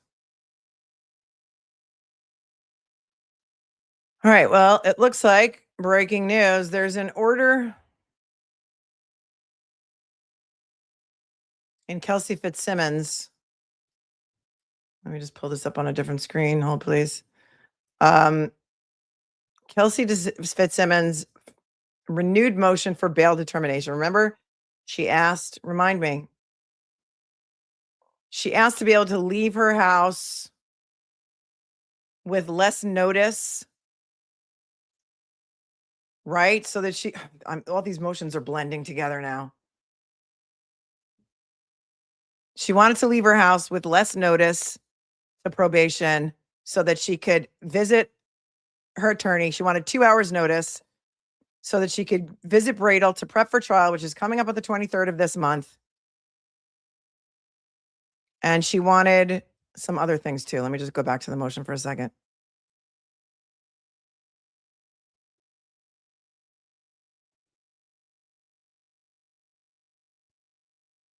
She wanted her bail modified. Remember, she spent 130 days in jail. I'm sorry, 103 days in jail. I think she wants to be able to drive on her own. Yeah, like a grown-up, right? She wanted 2 hours notice. I don't know what the hell happened to my.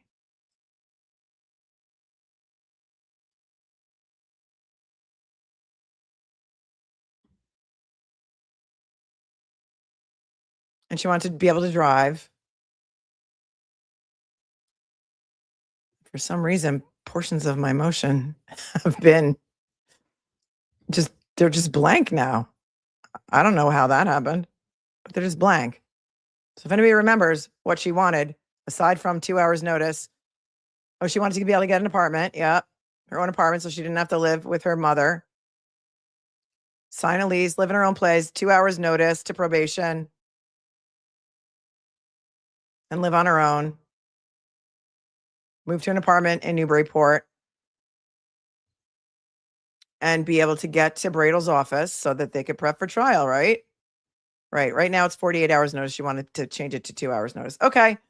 Well, I don't have the whole order, but I have the little blurb from the docket. So thank you to Kyle Sharkey who sent this to me.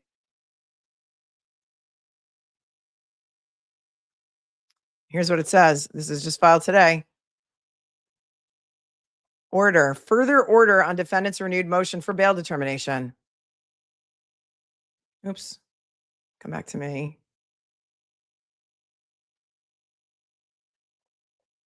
After further consideration, the motion as written must be denied without prejudice because notwithstanding the title of the motion and the defendant's citation to General Law 276, 57, and 58, it is nothing more than a motion for reconsideration of the defendant's conditions of pretrial release that were imposed under General Law 276, 58A, which is the dangerousness hearing.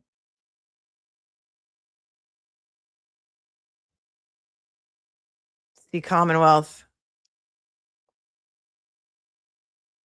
versus a name that I can't pronounce from 2015. A motion that simply requests that a judge revisit a decision made previously under the guise of exercising discretion is not a genuine motion for reconsideration.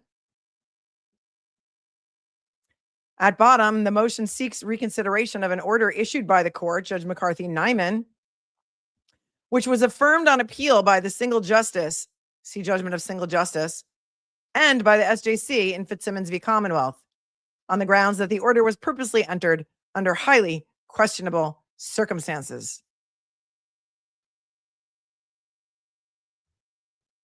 And that's all that appears right now in the docket.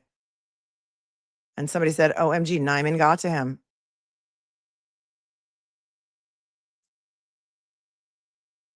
And this judge, Judge Karp, doesn't want to overturn it.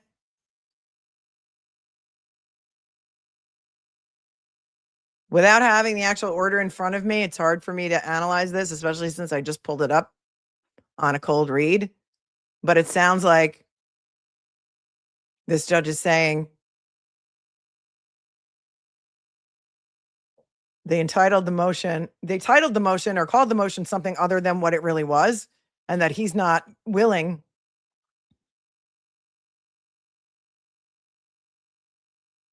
to revisit the decision made by Nyman, affirmed by the single justice, and then affirmed by the SJC, that it's not really a motion for reconsideration, a genuine motion for reconsideration.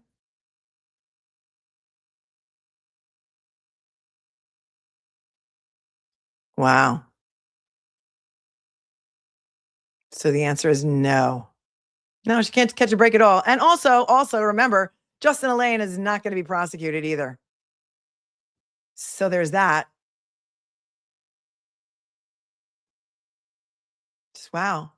Also, they relied on, or at least Judge McCarthy Nyman relied on some records from 2018 where she got a ticket for underage drinking, and probably relied on some of the papers from the family and probate court in which some people said she was drinking the night of the Jack and Jill bachelorette party.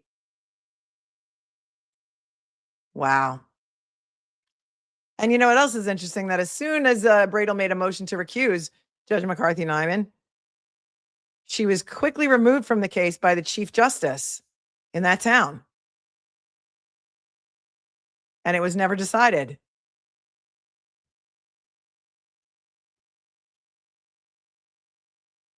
Wow.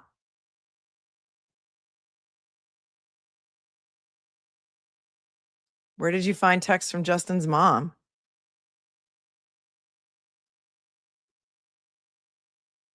She has to. She should be allowed to prepare for trial. Amanda says, God forbid somebody drink at their bachelorette party. Oh, you sent me the text messages, Tiff? Okay. All right.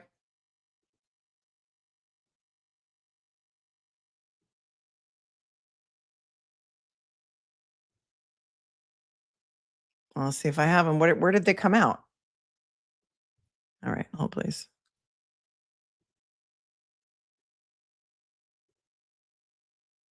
Always breaking. News is always breaking.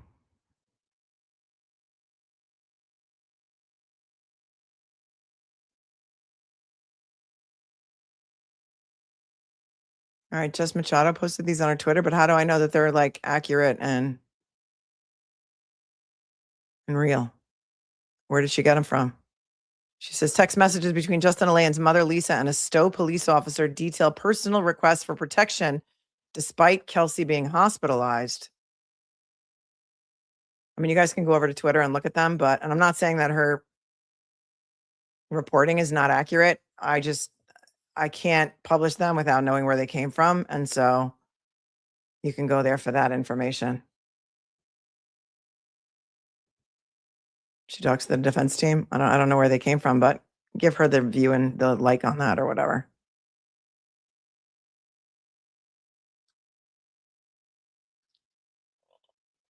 Will they be admissible at trial? I don't know. But apparently the Commonwealth, as you know, because we went over the motion yesterday, she did a FOIA request for text messages. I don't know that text messages would be in any FOIA request. Would they? How did they get there? The Commonwealth doesn't want the defense to be able to ask Justin Alain about any promises, rewards, or inducements because they say, apparently they give him permission to go into her house. Okay, she has direct contact with Courtney. Okay, thank you. You don't have to yell at me. Stop yelling at me. Don't yell at me. All caps is yelling at me.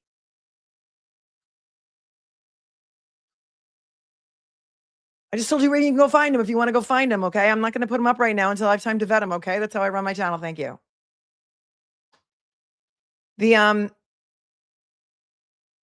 Every witness is allowed to be questioned about their biases and their reasons for testifying the way that they're reasoning. I know, I love you too. I love you too. And so that's wild to me. If that motion gets granted, it's the proverbial nail in the coffin here that the fix was in all along. The fix was in all along. You're not going to allow, if they agree, if that judge agrees not to allow Justin to be asked questions about his bias, that's just insane. It's just insane. So we'll see. The hearing is going to be tomorrow. I think it's on for 9:30. Whatever time it's on for, I'm going to be covering it because it's going to be televised. Somebody's going to get in there.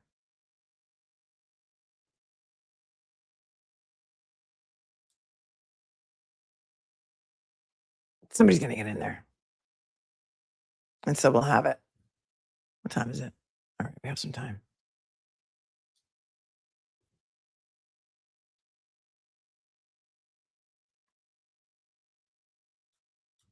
All right. Well, it looks like, thank you for this, Diane. There's a Commonwealth's motion in limine to prohibit questioning regarding current duty status.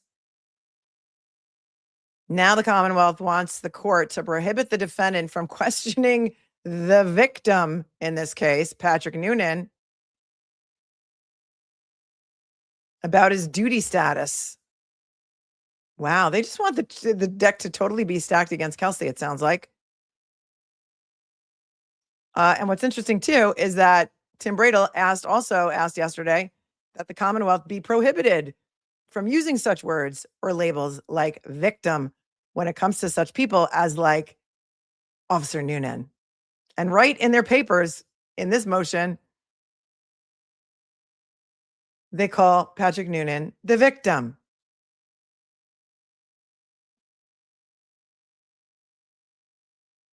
They're saying any questioning regarding his duty status would be entirely irrelevant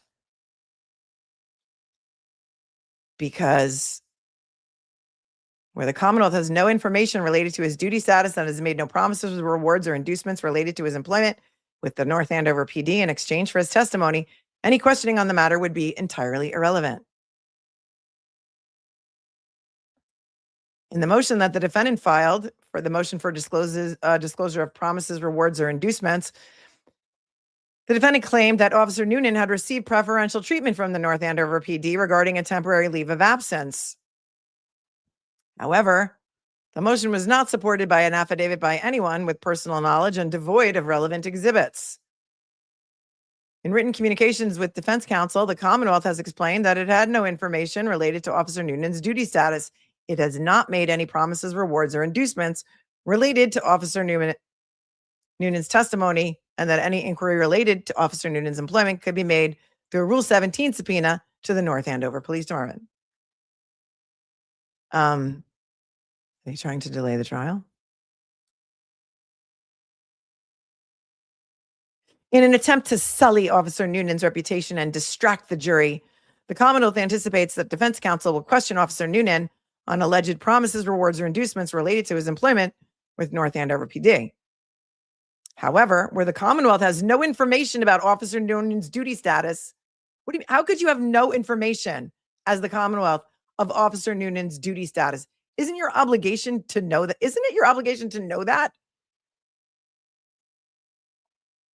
When he's a recipient, he's the alleged victim in this case, and you're going to trial, and I don't know, the trial readiness conference is tomorrow, and the trial is starting in less than 2 weeks, and you don't know anything about his duty status? Really?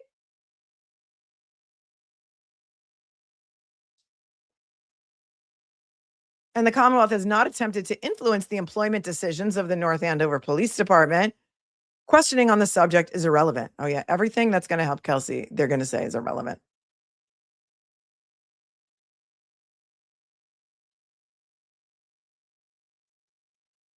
Thank you, Diane, for this, but it's only the first 2 pages, and so I see that you attached it to something else. But again, what is attached there is only the first 2 pages, and it seems to be pages missing. So when I get the full document, we can look at it maybe tomorrow. A motion for BS button granted before the hearing. It should be an interesting hearing tomorrow. It should be an interesting hearing tomorrow. And I would imagine that motions will continue to drop throughout the day in expectation of tomorrow's hearing.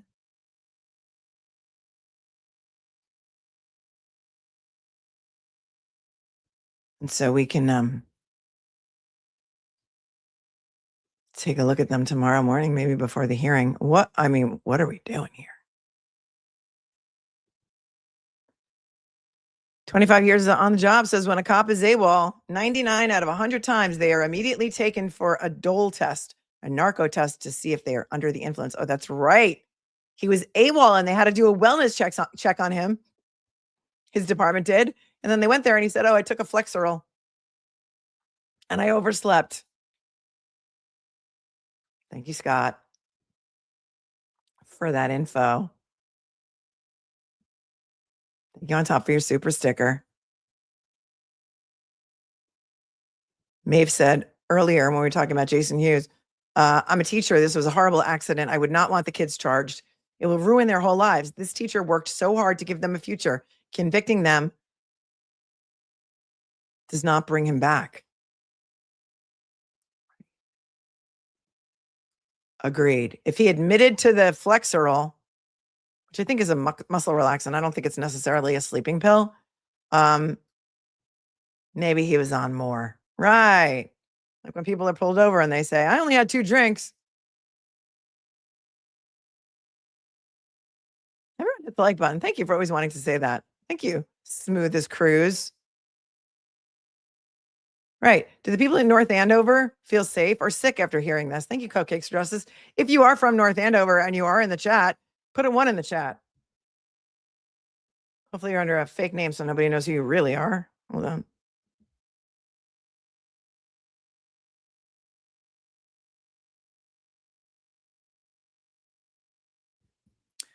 Magnolia Gypsy says, yeah, something about the whole Noonan thing, lots of red flags.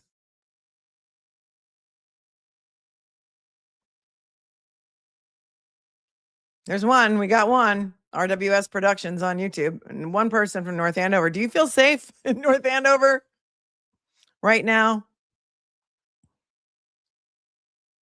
And it's so wild to me because KELSEY is also a North Andover police officer. But the cop they're protecting in this case is not KELSEY. It's Noonan. And now we know why. I mean, we only have the written transcripts of those phone calls that Justin allegedly made to Katie, the desk sergeant at North Andover PD on both July 2nd and July 3rd, which was the day that he broke into KELSEY's house. But I've always said, I know that there's got to be more to this story. Why did they want to keep KELSEY in jail for 103 extra days after she got out of 53 days in the hospital? What were they keeping her away from? Spilling all the tea, finding the video at her house, getting all the evidence of the things that Justin did while she was in jail in Chicopee. So much more to this story. And if this judge tries to keep it all out, he's no different than Judge McCarthy Nyman, right? It's my opinion.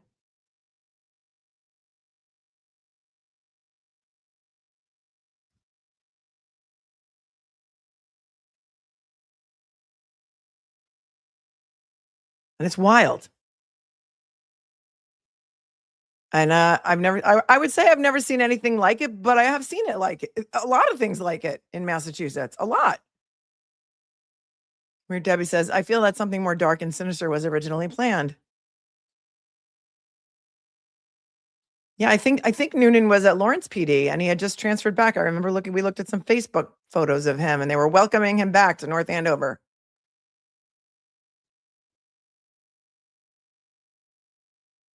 RWS says, yes, you feel safe. Lots of great cops still in town. Okay, good. You live in North Andover. How about Katie?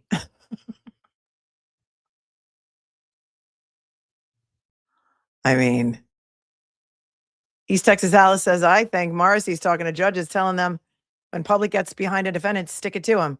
No more Karen Reed results. Well, he's in Norfolk and this is in Essex, but I get your meaning.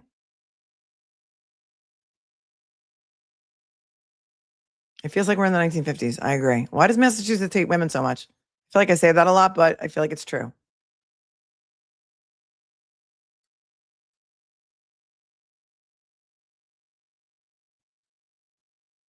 All right. Somebody brought this to my attention and remind me who, because I forget who. But this is the case of Devin Rice. And this is a case. Oh, this just happened in January. Okay, wait a second. All right, I'm just going to have to get rid of these pop-ups. Do you guys know about Devin Rice in New Hampshire? I don't know. I feel like somebody pointed this out to me that he may need our help. Hold on. Let's see. I don't know the whole story, but I guess we're going to find out more about the story. Maybe. I can't seem to find any records on this at all. So let's see what we can find out and whether or not you guys already know about this. And then if you guys are interested, we'll keep on top of it.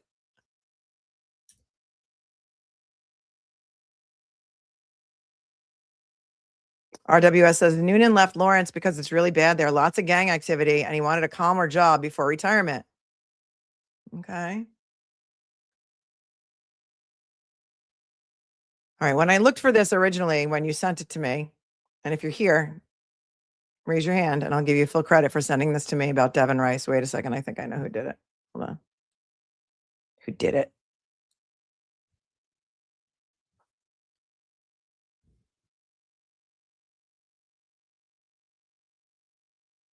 But I don't remember.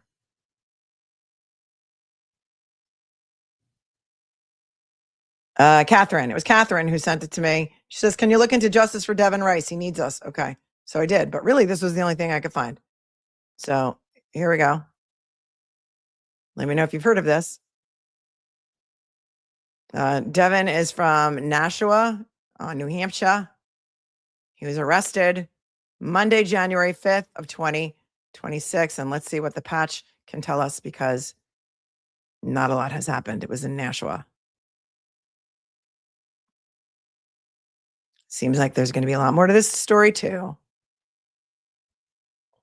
Nashua teen accused of stabbing uncle repeatedly during altercation on West Hollis Street. Devin Rice was arrested Monday, which was January 5th, after an altercation about a broken photo box between his mother and uncle, who was reportedly intoxicated.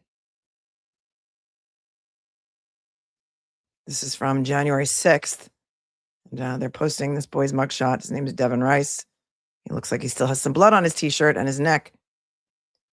Devin Rice was arrested on 6 felony first-degree assault charges after being accused of stabbing a family member, not a family, it says on West Hollis Street on January 5th. And that is according to the Nashua PD.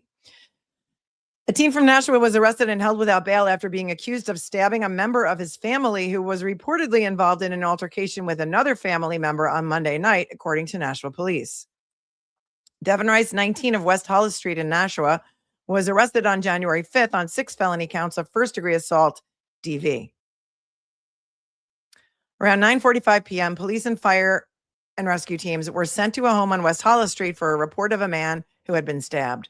While en route to the incident, police learned the suspect was Rice, a teen.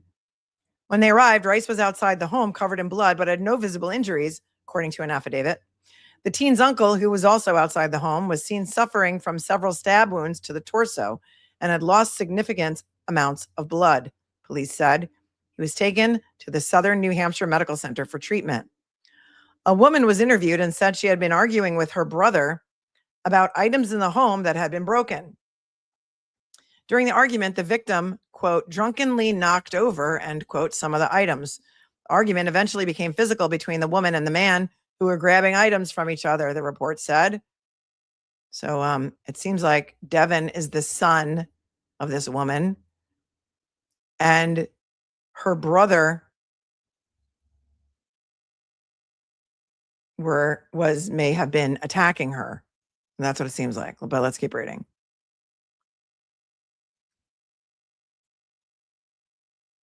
During this time, an affidavit, it says the argument eventually became physical between the woman and the man, who were grabbing items from each other, the report said. During this time, an affidavit said, Devin emerged from his bedroom holding a knife. Devin approached the victim and proceeded to stab him several times in the torso, at which point the woman called the police. It says, editor's note, this post was derived from information supplied by the Nashua PD and Nashua District Court and does not indicate a conviction. Security video inside the home reportedly captured the incident. Oh, okay, there's video. Officers eyed the footage which corroborated the woman's statements to police, and Rice was arrested. Detectives spoke to the woman, who reiterated some of the prior information to police. She did say, according to the report, the victim had been, quote, a severe alcoholic in the past and also had autism, which is why he lived at the home with her. Okay, so the mother's brother was living with them in the home. The woman also said the victim may have been trying to choke her just before Rice began stabbing the man, an affidavit said. Well, I don't know. Brief review of this says that perhaps, indicates to me that perhaps he was defending his mama. Maybe there's a self-defense claim to be had here. What does the video show? Does the video show the brother choking the mom? Unclear. The knife was described as a hunting knife. She also gave detectives consent to search the residence and review the security video. A detective also interviewed the victim at the hospital. He said he tried to step over a gate but tripped, knocking over a photo box and other items. The woman became upset, quote, as she does have a temper, end quote, the report said. He went to fix the box, but she had already picked up the pieces from the floor. And when he grabbed the box to fix it, she began yelling for Rice, the detectives claimed he said. The victim said Rice must have thought he was trying to harm her. While being stabbed, he said he was unaware of what was going on and only realized it after Rice left the room crying and he saw all the blood on his body, the affidavit said. The victim said he thought he was stabbed 6 times. Okay, so he lived.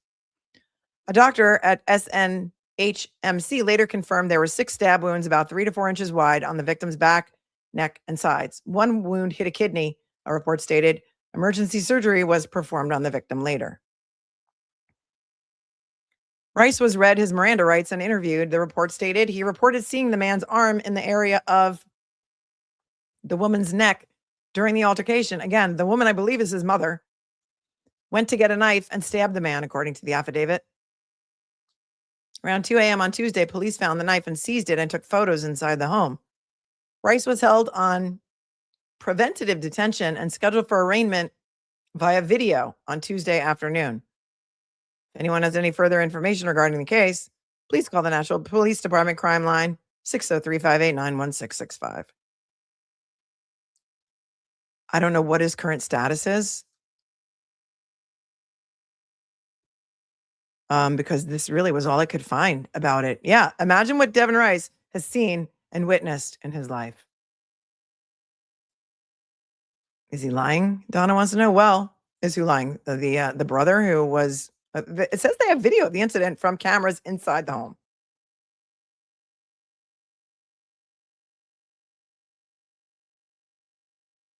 Goth Boy says that poor kid. I mean, do you think maybe he was defending his mom? How old did they say he was? 19? Is he still in custody? I want to know so many things. Does New Hampshire recognize self-defense? Do they have a stand your ground law or the duty to retreat? What happens in New Hampshire? I'm going to have to look into this more, but this goes back only to January 5th. And I want to know if this kid is still in custody. Yeah, they also said they had video of Karen's car. That's true. Well, different state. We're in New Hampshire now.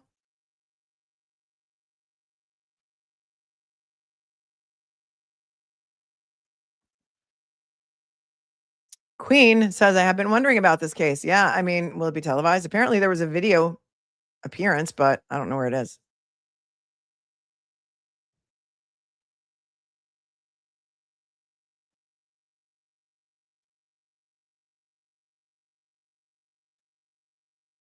What do you think? Sounds like he was being a good Samaritan or a good son. I would do the same for my mother, says Goth Boy UK. I mean, I guess there's more to be seen. We'll find out more about it if you guys want to keep covering. As always, let me know. Yeah, tell me this. This Anaya Blanchard trial in Tuskegee, Alabama, is it being televised? Because I think you did point this out to me originally, Pinky, and I did look into it. And then I just don't know if the trial is being televised or how long it's going to be or anything like that. Couldn't find any information. Thanks for being here for 20 months. And Pinky, are you the one who also said that your sister is Nicole Kidman's personal assistant? Because an article just dropped in the Post about, I just got an alert for it. Nicole Kidman speaking out, breaks her silence on Keith Urban divorce and how she's navigating life post-split. So there's that.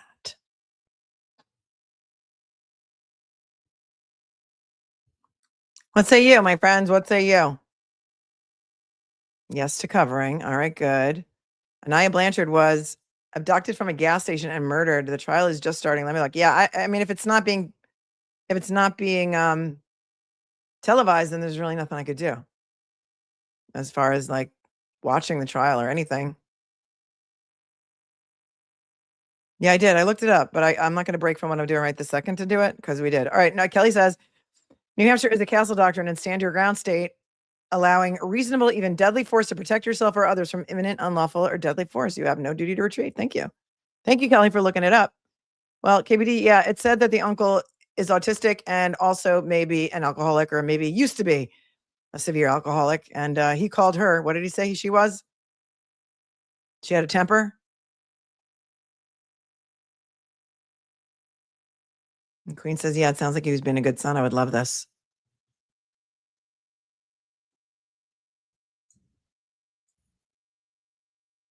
I did tell you that I would show you the Aaron Spencer, if I can find it now. The Aaron Spencer, after he won the primary, there was a statement by the Lonoke County officials.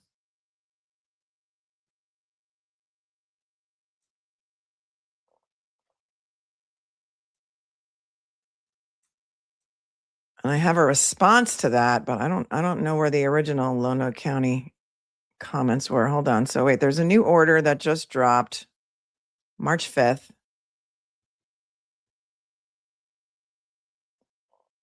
And Judge Wilson, who is the new judge on the case, and Aaron Spencer has granted the defense motion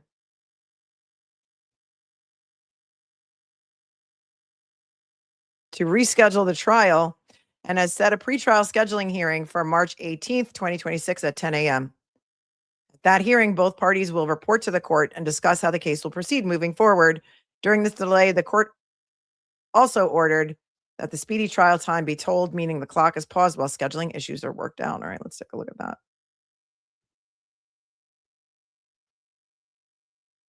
And this is from the We Support Aaron Spencer Facebook page.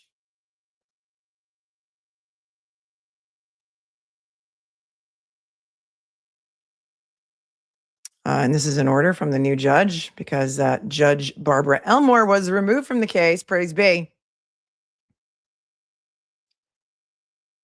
The defendant's motion to reschedule the trial and for pretrial hearing, pretrial scheduling hearing is granted. The parties are ordered to appear on March 18th, 2026 at 10 a.m. for a pretrial hearing to report on scheduling.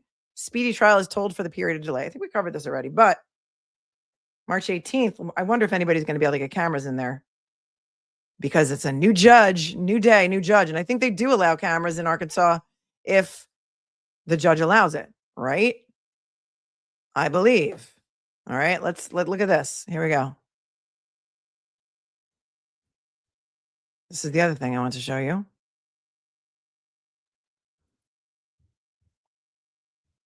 All right.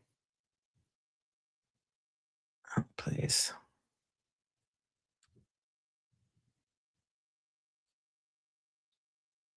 All right. This was on March 6th. So this was like a couple days ago. Aaron Spencer's legal team at Lassiter and Castanelli has issued a strong response to public comments made by Lonoke County officials about this case.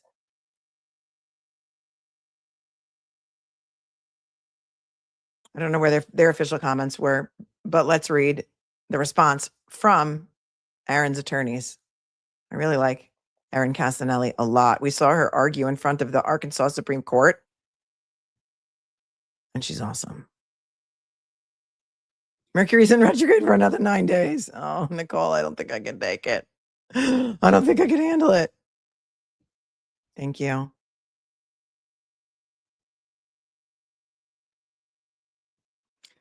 right, this is a response to comments made by Lonoke County officials regarding the Aaron Spencer case from a few days ago. Lonoke County residents have rallied behind Aaron Spencer, not just in his legal defense, but in his broader mission to bring accountability to a county government that has long operated without it. The election results have no bearing on the facts of this case. Aaron did exactly what Arkansas law allows and exactly what any father would do. He protected his daughter and himself from harm. In an effort to distract and mislead the public, outgoing officials have made statements that serve their own agendas at the expense of truth.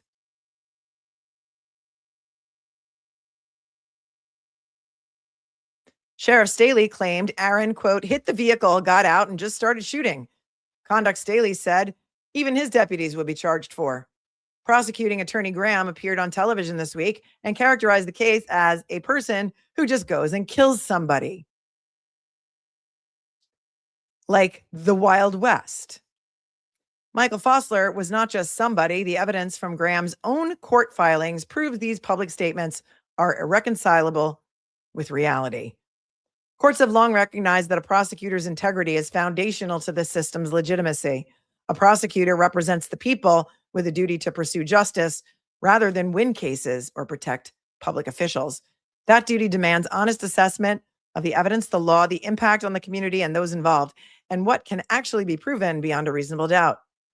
Graham's relentless prosecution of Aaron Spencer fails every one of those obligations. If anyone has video of Graham's interview, shoot it to me in my inbox and we can play it. Otherwise, I can Google for it, but it'll just take longer.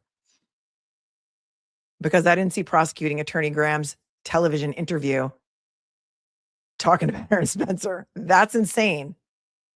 Remember the gag order that was slapped on this case within something like 10 days by Barbara Elmore, and it went all the way to the Arkansas Supreme Court? And they said it was unconstitutional and that Barbara Elmore is a disgrace and should be taken away from the case. Pretty much, I'm summarizing.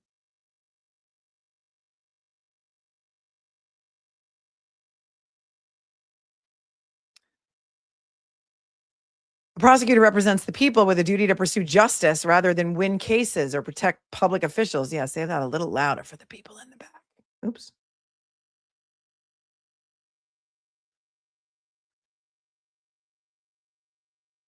That duty demands honest assessment of the evidence, the law, the impact on the community and those involved, and what can actually be proven beyond a reasonable doubt. Graham's relentless prosecution of Aaron Spencer fails every one of those allegations. Arkansas law explicitly allows Arkansans to protect themselves and others from imminent harm. That is not the Wild West. It is the law of this state, enacted by its legislature and available for any prosecutor to read. Graham has yet to acknowledge the law that protects Aaron Spencer and his family.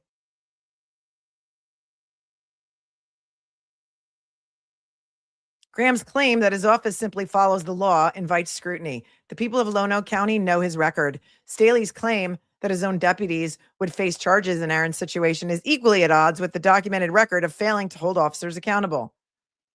The people standing behind Aaron Spencer are not a mob. They are parents, veterans, and neighbors who watched the system fail and support a father who stepped up. That is a community recognizing a systemic failure and demanding that its public officials do what is right. We said from the beginning that Aaron was justified under Arkansas law in protecting his daughter, and every time the facts have come into focus, that conclusion has only become clearer. We look forward to presenting the full truth to a jury of his peers in a courtroom, under the law, and in the light of day. Signed, XOXO, Aaron Casanelli and Michael Kaiser, Lassiter and Casanelli, counsel for Aaron Spencer.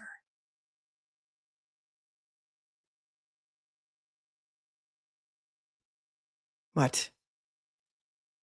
They try hard to mud the jury. That's what it sounds like. Life is good, right? Nicole says Aaron Spencer stopped him once and for all. Yep.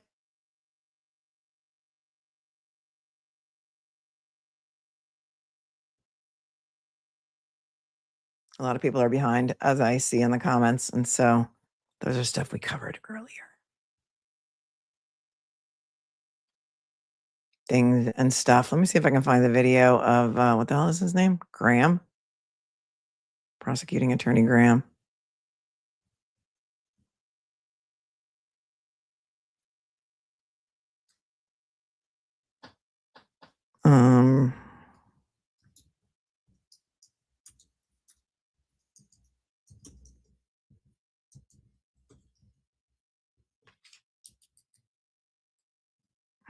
Please.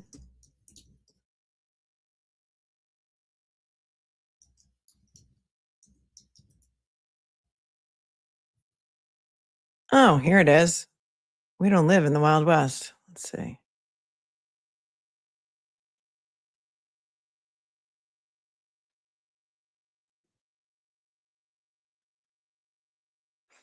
All right. I'm going to KATV, Channel 7 in Arkansas for his comments.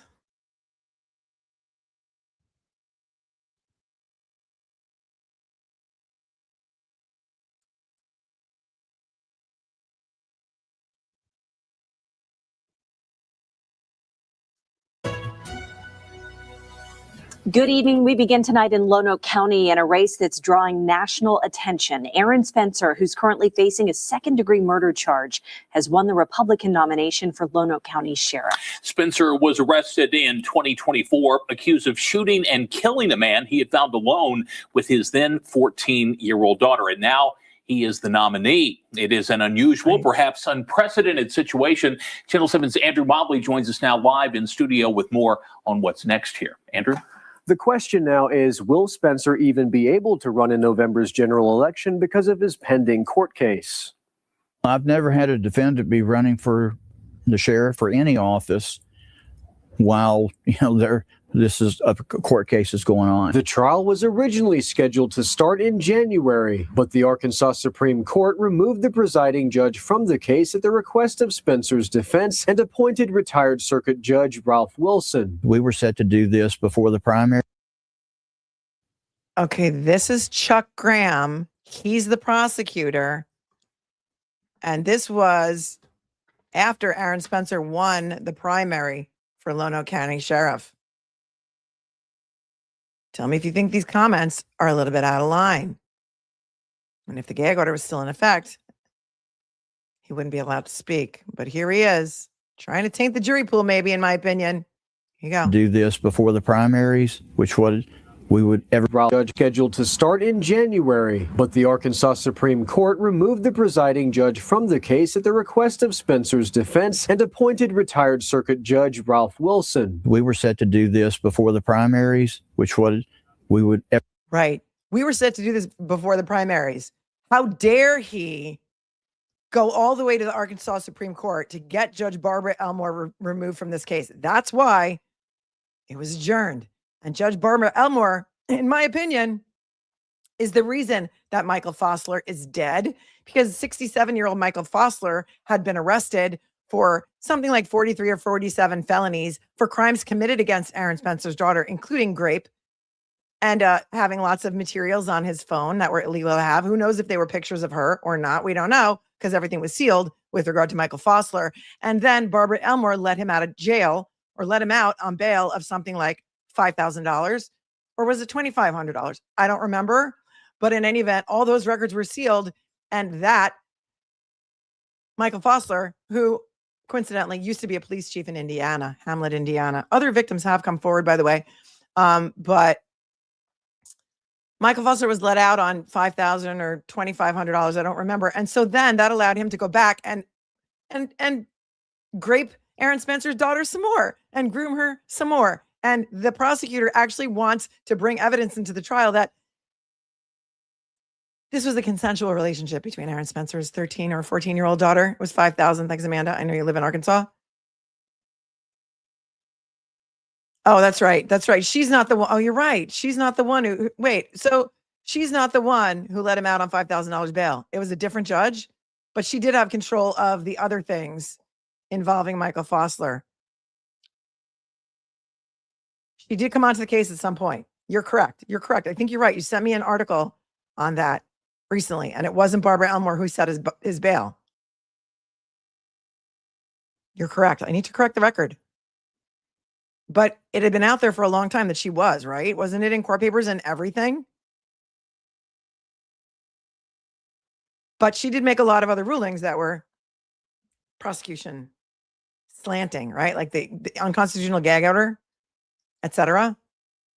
It was a magistrate. She made sure the Supreme Court knew that, but she's horrible nonetheless. Okay. She did let out another child predator, though, because we did look at that. And then he went to another county to grape another child where they are holding him on $500,000 bond. But in any event, whoever let this monster out on $5,000 bond, it was a judge, a magistrate,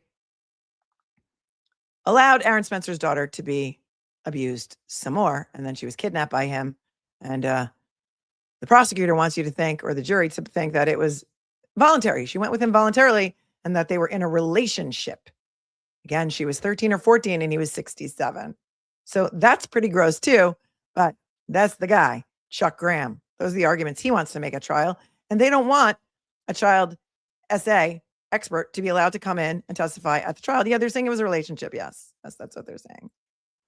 And they are trying to prevent the defense from calling an expert who will talk about grooming and the dynamics of CSA and how they try and build trust with the child and things as such like that. Correct. Let's see what else this guy, Chuck Graham, the prosecutor, has to say. everybody would prefer to do this of court cases going on. The trial was originally scheduled to start in January, but the Arkansas Supreme Court removed the presiding judge from the case at the request of Spencer's defense and appointed retired circuit judge Ralph Wilson. We were set to do this before the primaries, which everybody would prefer to go ahead and get it done. Now, Spencer's trial might be set either April 27th through May 1st or June 22nd through the 26th. If Spencer is convicted, he won't be eligible to run for sheriff in November. Assuming one of those 2 dates we try it, couldn't go any further if he's convicted. There's a great amount of public sympathy for Spencer and support. He got 54% of the Republican vote, about twice as much as his 2 competitors, including incumbent Lonoke County Sheriff John Staley. Though Spencer has become a folk hero to some, Graham expressed disappointment with Spencer allegedly taking the law into his own hands and killing Fosler, who was facing 40 charges at the time of his death before the law could take its course. And we were in process of it, and I think we were going to convict him. And Graham says not everything the public has heard about the case is true. What's out there in the public is not what happened, and they don't know the facts of it, and that's what we'll lay out in our court case. Do we really want to live in a society where people just go and kill somebody like the Wild West that you had when that all went on? That's not how we operate these days. But in this office and all around Arkansas, the prosecutors, we just follow the law, no matter what public opinion is. Spencer's trial dates will be determined at a pre-trial hearing March 18th. On your side, I'm Andrew Mobley. Okay, Andrew, thanks very much. In a statement to Channel 7 News today, Spencer said of his victory, quote, "This is an important step forward, but we still have one more election ahead. I look forward to continuing this conversation with the people of Lonoke County as we work toward building a safer, strong Lonoke County." Okay, hang on a second, because y'all remember Aaron Spencer? Oops. He's the Arkansas father who killed the 67-year-old man that had been sexually abusing his. Hold on 1 second. I have to mute that in my ears. This was wild. I don't think we covered this. I remember. Thank you very much. Hold on a second. I think it's Pamela that sent this to me. And I remember talking about it, but I don't know if we exactly covered it at the time. But when the motion was made to recuse Judge Elmore, she filed her own response to this. Okay, this is wild. She filed, the judge filed a response, and this was filed in Arkansas on January 22nd of 2026. I think I was in Mexico around there, so I probably didn't have a chance to cover it. But I don't really remember. And so this is where the judge came in, and she's like, yeah, it wasn't me that let him out on bond. It was somebody else. I was in Cancun. Okay, that explains it. And here's where Judge Elmore responded to this motion. It's wild. I've never seen a judge respond to a motion like this. This is a motion, response to motion for judicial recusal. On this day, the court responds to defense counsel motion for judicial recusal. 1, many judges set bonds and see defendants at first appearance in the 23rd District. This judge appreciates all the work of all other judges that assist her with setting bonds and doing first appearance. 2, this judge never saw the deceased Michael Fosler. Also, this judge did not set the bond of the deceased. Due to discovery in this matter, defense counsel is well aware of these facts. Well, nobody else is because you sealed the record, or somebody sealed the record on Fosler. 3, also defense counsel is well aware that this judge did not sign the affidavit of probable cause for the warrant of arrest for the defendant, Aaron Spencer. In November of 2024, the court saw the defendant so that he might please set pretrial and jury trial dates. The defendant meaning Aaron Spencer.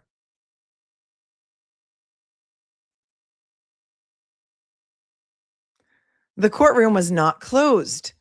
Defense counsel may or may not remember. It's a little dig. The defendant, all counsel, and defendant's wife were allowed in the courtroom. This is an extremely small courtroom. Moreover, other defendants with their loved ones and bondspersons were in the courtroom. There were issues with very limited space, courtroom management, and security. Also, at that time, there were a number of instances of the flu. Therefore, overcrowding was an issue, right? And that's why, that's her answer to You closed all the proceedings and you wouldn't let the public see. There's been no favoritism to one party or the other in this matter. Defense counsel, within the last couple of months, tried to enter motions under seal. The court would not allow said motions to be filed under seal. The public, media, and prosecution all have a right to see these documents. Said documents have never been filed. 6, this judge is going to do her duty as the presiding judge over all criminal cases to give the defendant and the state of Arkansas a fair trial in this matter. Well, Amanda says it doesn't matter who let him out. Still $5,000 for others just like this case. Yeah, it seems to be the going rate for pedos. Amanda adding, he had 40 plus counts. He had like 43 or 47 counts, all felonies. Should have never been let out at all.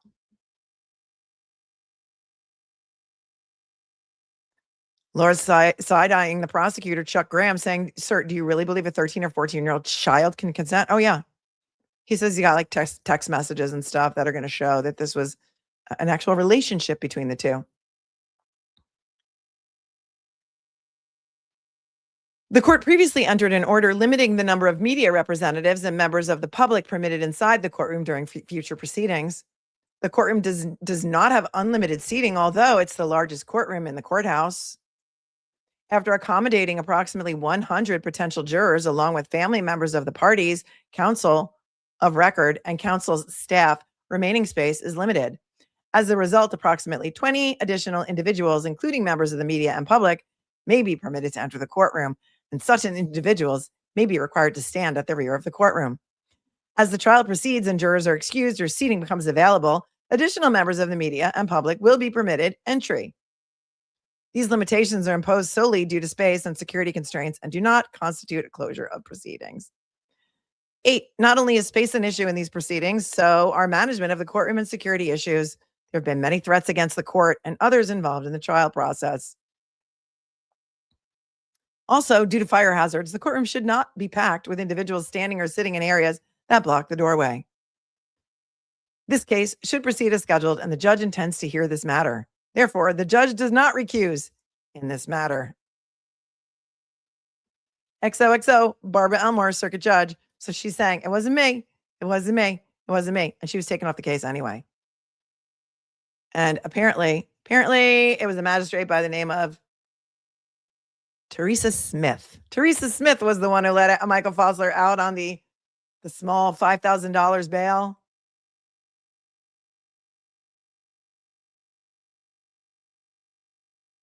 And she was the one also. And so thank you, Pamela, for sending me that when I was in Mexico. That's why I didn't cover it or probably even see it.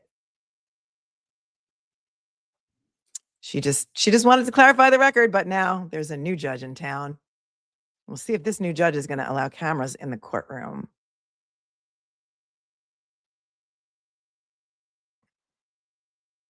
Yes, he had already broken the no contact because he was contacting her. I don't know if he was sending her money, but I do know that he was contacting her. Alienated Sharpness says, maybe the child believed it was a relationship. That doesn't make it so. That's right. That's right. And that's why the defense wants to bring in an expert to tell the jury about it. And I think Barbara Elmore ruled that, oh no, the jury knows all about that stuff. They don't need an expert to explain that to them. And I said to you at the time when we talked about that motion and that ruling, I said, ask people in your family who don't follow true crime if they know what the grooming process is. And many people who do not follow true crime have no idea what the grooming process is. And you backed me up on that.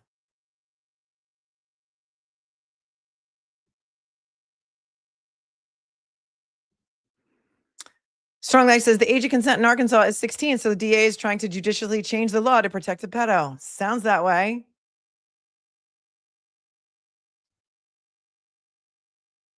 Chelsea says Barbara Elmore got in trouble for showing up to the courthouse 9 a.m. drunk, hitting a clerk's car, and then driving off to park in a different lot. I think one of you sent that to me too. Hold on a second, because you guys are on it. Here it is. Amanda sent that to me. And that also published again while I was in Mexico. Let's take a look. Thank you, Amanda. We're finally getting to it. Judge Barbara Elmore's Hit and Run, Part 2, the details, the facts, the reality for the victim. There's Judge Barbara Elmore's picture. And this reporter from Arkansas First says, yesterday I brought you video of Lonoke County Circuit Judge Barbara Elmore committing a hit and run in the courthouse parking lot. Today I'm bringing you details, facts, and realities concerning that incident. Let's be clear from the get-go. Fact. Judge Elmore knew she hit the vehicle and made a conscious, unethical, and immoral decision to walk away from the scene as if it never happened. While this incident shocks many, the reality is it's just another example of the daily corruption that takes place in Lonoke County government. The hit and run took place last summer on July 8th. However, I was not able to obtain surveillance video of the incident to prove it until Thursday afternoon. Make no mistake, though, me obtaining this video was a team effort, and if I could, I would shout their names out, giving credit, but I can't. The repercussions to them could be devastating. However, they have my admiration. Timestamps on the video show Elmore hitting a 2016 GMC Terrain at 9:32 a.m. That vehicle is owned by Melisa Frazier, who works for Judge Sandy Huckabee. Huckabee is a familiar name. After getting tangled up with Ms. Frazier's vehicle, Elmore pulls forward, jumping a street curb, and then travels around to the other side of the parking lot and parks. In a most brazen fashion, Elmore exits her SUV and walks past Ms. Frazier's GMC, looking at it, and then enters the courthouse without care. At 12:53 p.m., Ms. Frazier exits the courthouse and discovers she's been the victim of a hit and run. Another Petro.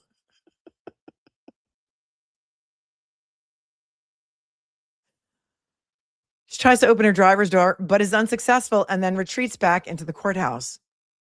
She comes back out to her vehicle at 1:05 p.m. with a man, and they inspect her vehicle. And at 1:05 p.m., 1:16 p.m., she has a conversation with a woman in the parking lot. At 1:20 p.m., Lonoke PD Officer Daniel Duran arrives on scene. Duran inspects Ms. Frazier's vehicle with her, and then they both enter the courthouse. At 1:37 p.m., Duran exits the courthouse and leaves the scene. At that point, the incident was over. Now that fact has infuriated many, wondering and asking why Elmore was not arrested and charged. Did she use her position and power as judge to escape accountability? Well, the answer to that is yes and no. As for Lonoke PD or LPD, they did about all they could do in this situation. Let me explain. I talked by phone with LPD's chief, Keith Graham, early Thursday evening. Okay, is Keith Graham related to Chuck Graham, the prosecutor? He confirmed the incident took place and that Elmore was driving the vehicle that struck Frazier's.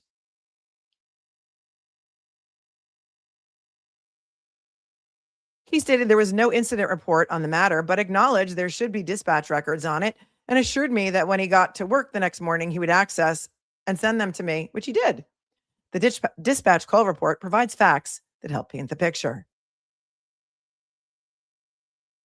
According to the report, the request to LPD for an officer was made by a woman who works in the Lonoke County Judge Doug Irwin's office, stating that a white SUV hit Ms. Frazier's vehicle and left the scene. That tells us, at that point, no one still had a clue that it was Elmore who committed the hit and run. Note, the timestamps on the surveillance video and the report are slightly different, which is a common occurrence. Oh, we've seen that before, too.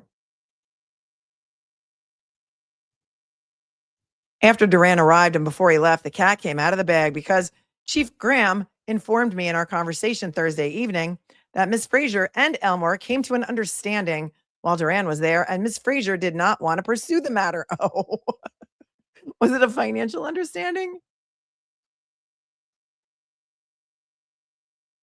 I mean, look, some people don't like to go through insurance. I get it. But this is a sitting judge on a hit and run.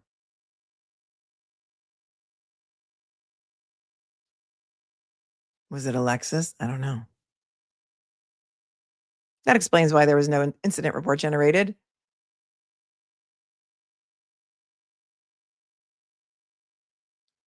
And according to the law, the penalty for violating the code statute of hit and run with a vehicle which is attended, but hit and run with a vehicle which is attended. Well, this would be an unattended vehicle if the car that she hit was parked and with nobody in it. Oh, an unattended vehicle has no penalty. Okay. But don't you still think that a judge should report it? Or it should be reported? I don't know. I'm trying to now I need to see the video. See, this is how I fall into these rabbit holes. I'll leave this up if you want to screenshot it because I have to run and do something with for my kids. So, but now I need to see the video. Elmore's unethical, immoral actions need to be exposed at every opportunity. This reporter says at the same time, there's concern for Ms. Frazier. The people in power who are angered by this story won't direct that anger at me, the reporter. They won't direct it at you, the readers. They are too cowardly for that. My concern is that they will direct it toward the victim in this case, Ms. Frazier. After all, look at the lengths they have gone to persecute Aaron and his family. I'll leave you with this. John Staley, Chuck Graham, John Higgins, Barbara Elmore, and all their cronies are soulless. And that's the facts, not fiction. We all need to see the video. Shout out to this reporter. I don't know if he or she published this anonymously, but I would. Oh no, it's Jimmy. His name's Jimmy. Jimmy. Hold on, let's see what else. If we can find out. We need to find the Elmore video. Oh, please, will I find it? Talk amongst yourselves for a second. This goes back to January. I'm searching all of Jimmy's articles. Arkansas first.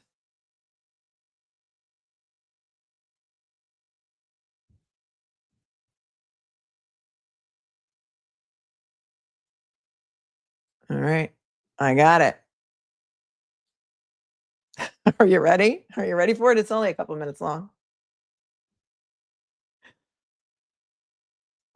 You just got to observe in real time how I fall into rabbit holes. And then, shout out to Jimmy for getting the surveillance video from Judge Barbara Elmore committing the hit and run. This was published on January 24th, 2026. And this hit and run was July 18th, 2025 at 9:32 a.m. Lone Oak PD has confirmed to me that it was indeed Elmore committing the act. So this is Jimmy Cavin, Cavin article, an Arkansas First publication, Arkansas1st.com, if you want to go there and appreciate his investigative journalism. Jimmy's getting upset. Jimmy, remember Jimmy? It's a Seinfeld reference, always welcome. Jimmy's getting upset. Then it became George is getting upset. Jimmy likes to help. Here it is, back parking lot. Shout out to Jimmy. I don't think there's going to be any audio. So here comes I think that's Barbara Elmore's SUV, the white one that is pulling in now to the parking lot where she's got plenty of room to park in between those two cars, but we'll see what happens.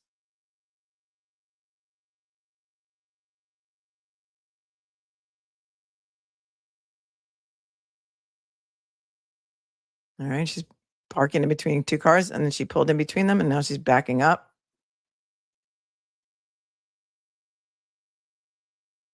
Pulling in again.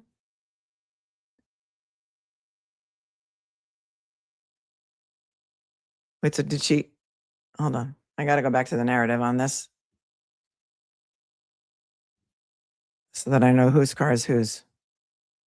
It's a whole thing.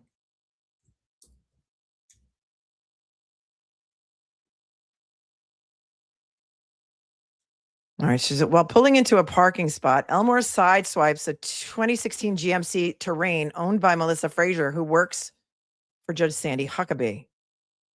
She tries to back up, but is too tangled with the GMC to do so. She pulls forward, jumping a street curb, and then travels around to the other side of the parking lot. She exits her vehicle at 1:45. She comes back into camera, walks past Frazier's vehicle, looking at it, and then enters the courthouse, thinking people will be none the wiser. All right, let's back that up again.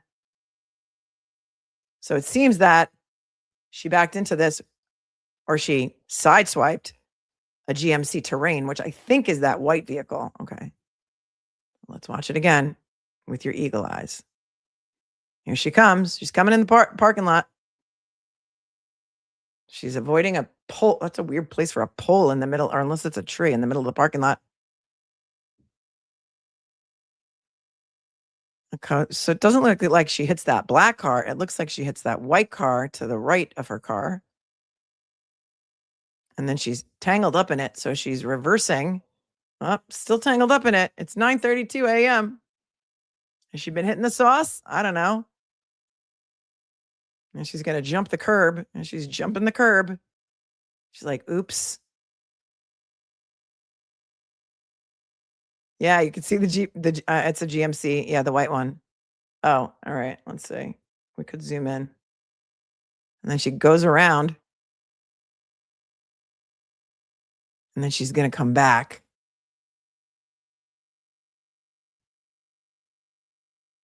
You can see the other car move, yeah.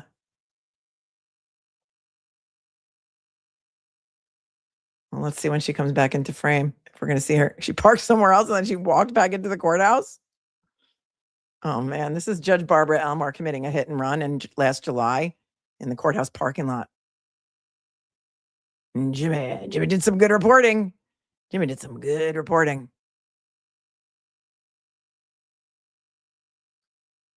Let's see at what time she's going to come back into the frame.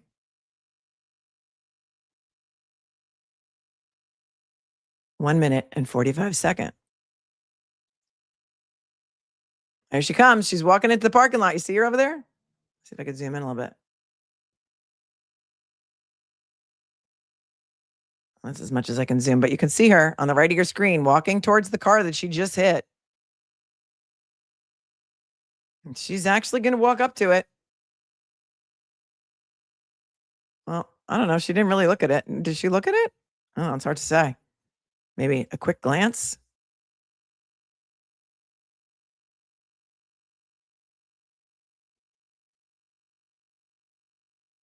Just walking right into the courthouse. It's an embarrassment to the robe. Now that I've figured out that we can zoom in on this, let me just let it play out because it's only 2 minutes and 45 seconds long. She side-eyed it. She side-eyed it.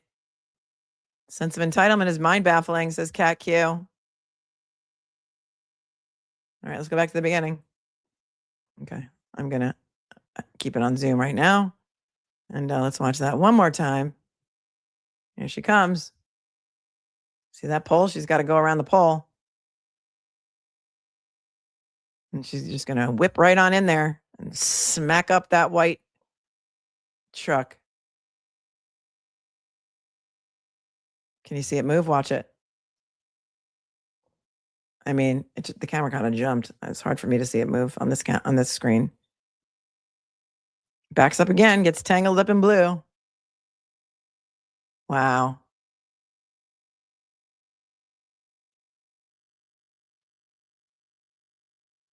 And then she drives over the curb to get out of there. I don't know. Somebody said that there was a drunk driving charge, but I don't know. I didn't read anything about that. And then she drives to park in another lot. And then let's see her walk back in. Let's see. Takes 45 seconds for her to come back.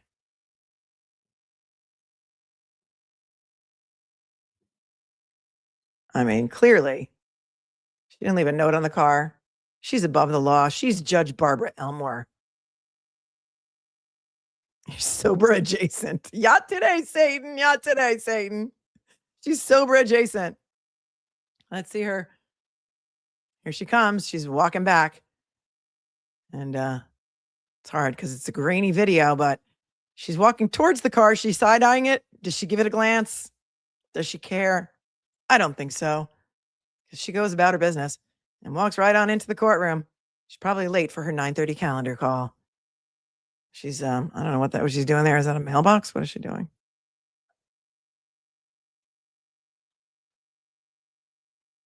Not a care in the world. Walking right into the courthouse at 9:34:50 a.m. Well done to you, Jimmy.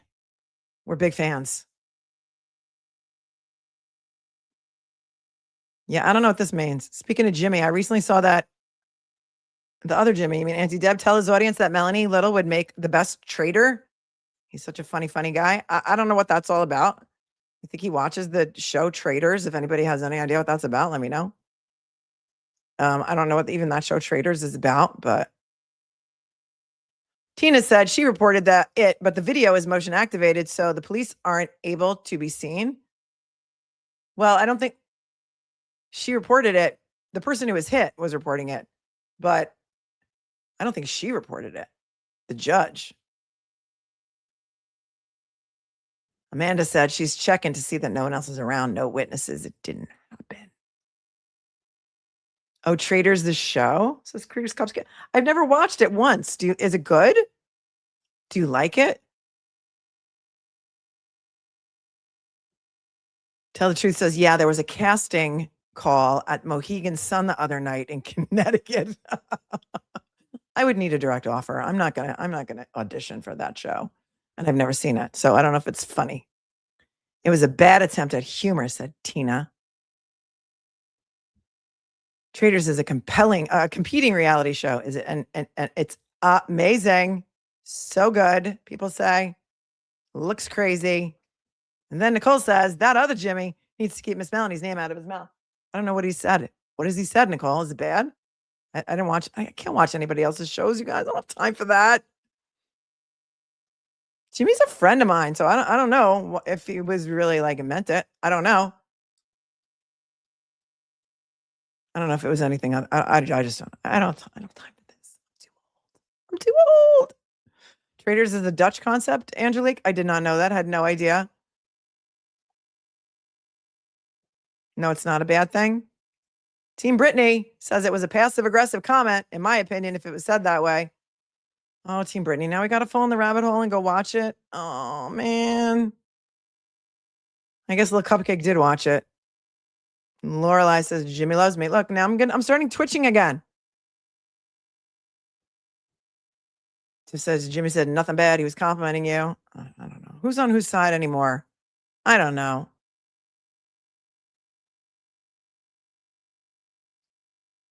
It's addictive, the show. All right, let us. Thank you. Thank you, Ashley, for pointing out the Aaron Spencer updates that we just covered, including the video footage of Judge Barbara Elmore committing a hit and run in the parking lot of the courthouse back in whenever that was. It's the back parking lot, July 18th of 2025. She's not the most honest judge in the roster. Thank you. Anaya Blanchard, thank you. Mercury's in retrograde for 9 days. Nicole, thank you. And Jan Jack says, finally home today after 2 weeks in the hospital, 1 week rehab after breaking my hip. Thank you for keeping me company. Girl, Jan, I'm sending you all of the healing vibes. That is a horrific injury. I'm so sorry that happened to you, but I'm so glad that we were able to keep you company. And so everyone, if you could please send Jan Jack from across the pond all of the healing vibes, that would probably be very greatly appreciated by one of our fellow cupcakes. You're awesome. All right. I have to run and do some things with my kids. I don't know if any other motions are going to drop today on Kelsey Fitzsimmons, but you're going to want to make sure that you have all your notifications set, and you're going to want to make sure that you actually have them enabled on your phone, and you're going to want to make sure that in case we decide to cover them later tonight instead of tomorrow. So that could possibly happen because that happens sometimes. So make sure your notifications are set. Plan to be here tomorrow for 9:30 or a little before 9:30 for Kelsey Fitzsimmons' hearing.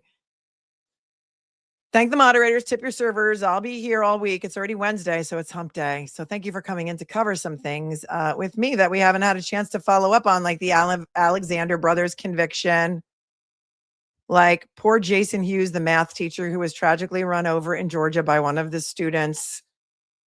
on senior prank night. His family does not want charges pressed against these teenagers because the wife is also a teacher, and she said Jason loved them and would not want this. It was a tragic accident, in her opinion. We covered Harvey Weinstein whining from Rikers, and we covered some stuff on Aaron Spencer. Anything else?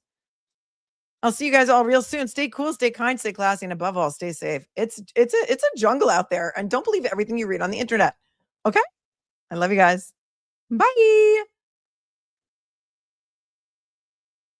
Smash the like, hype the video, all the stuff. You know what YouTube likes. Bye.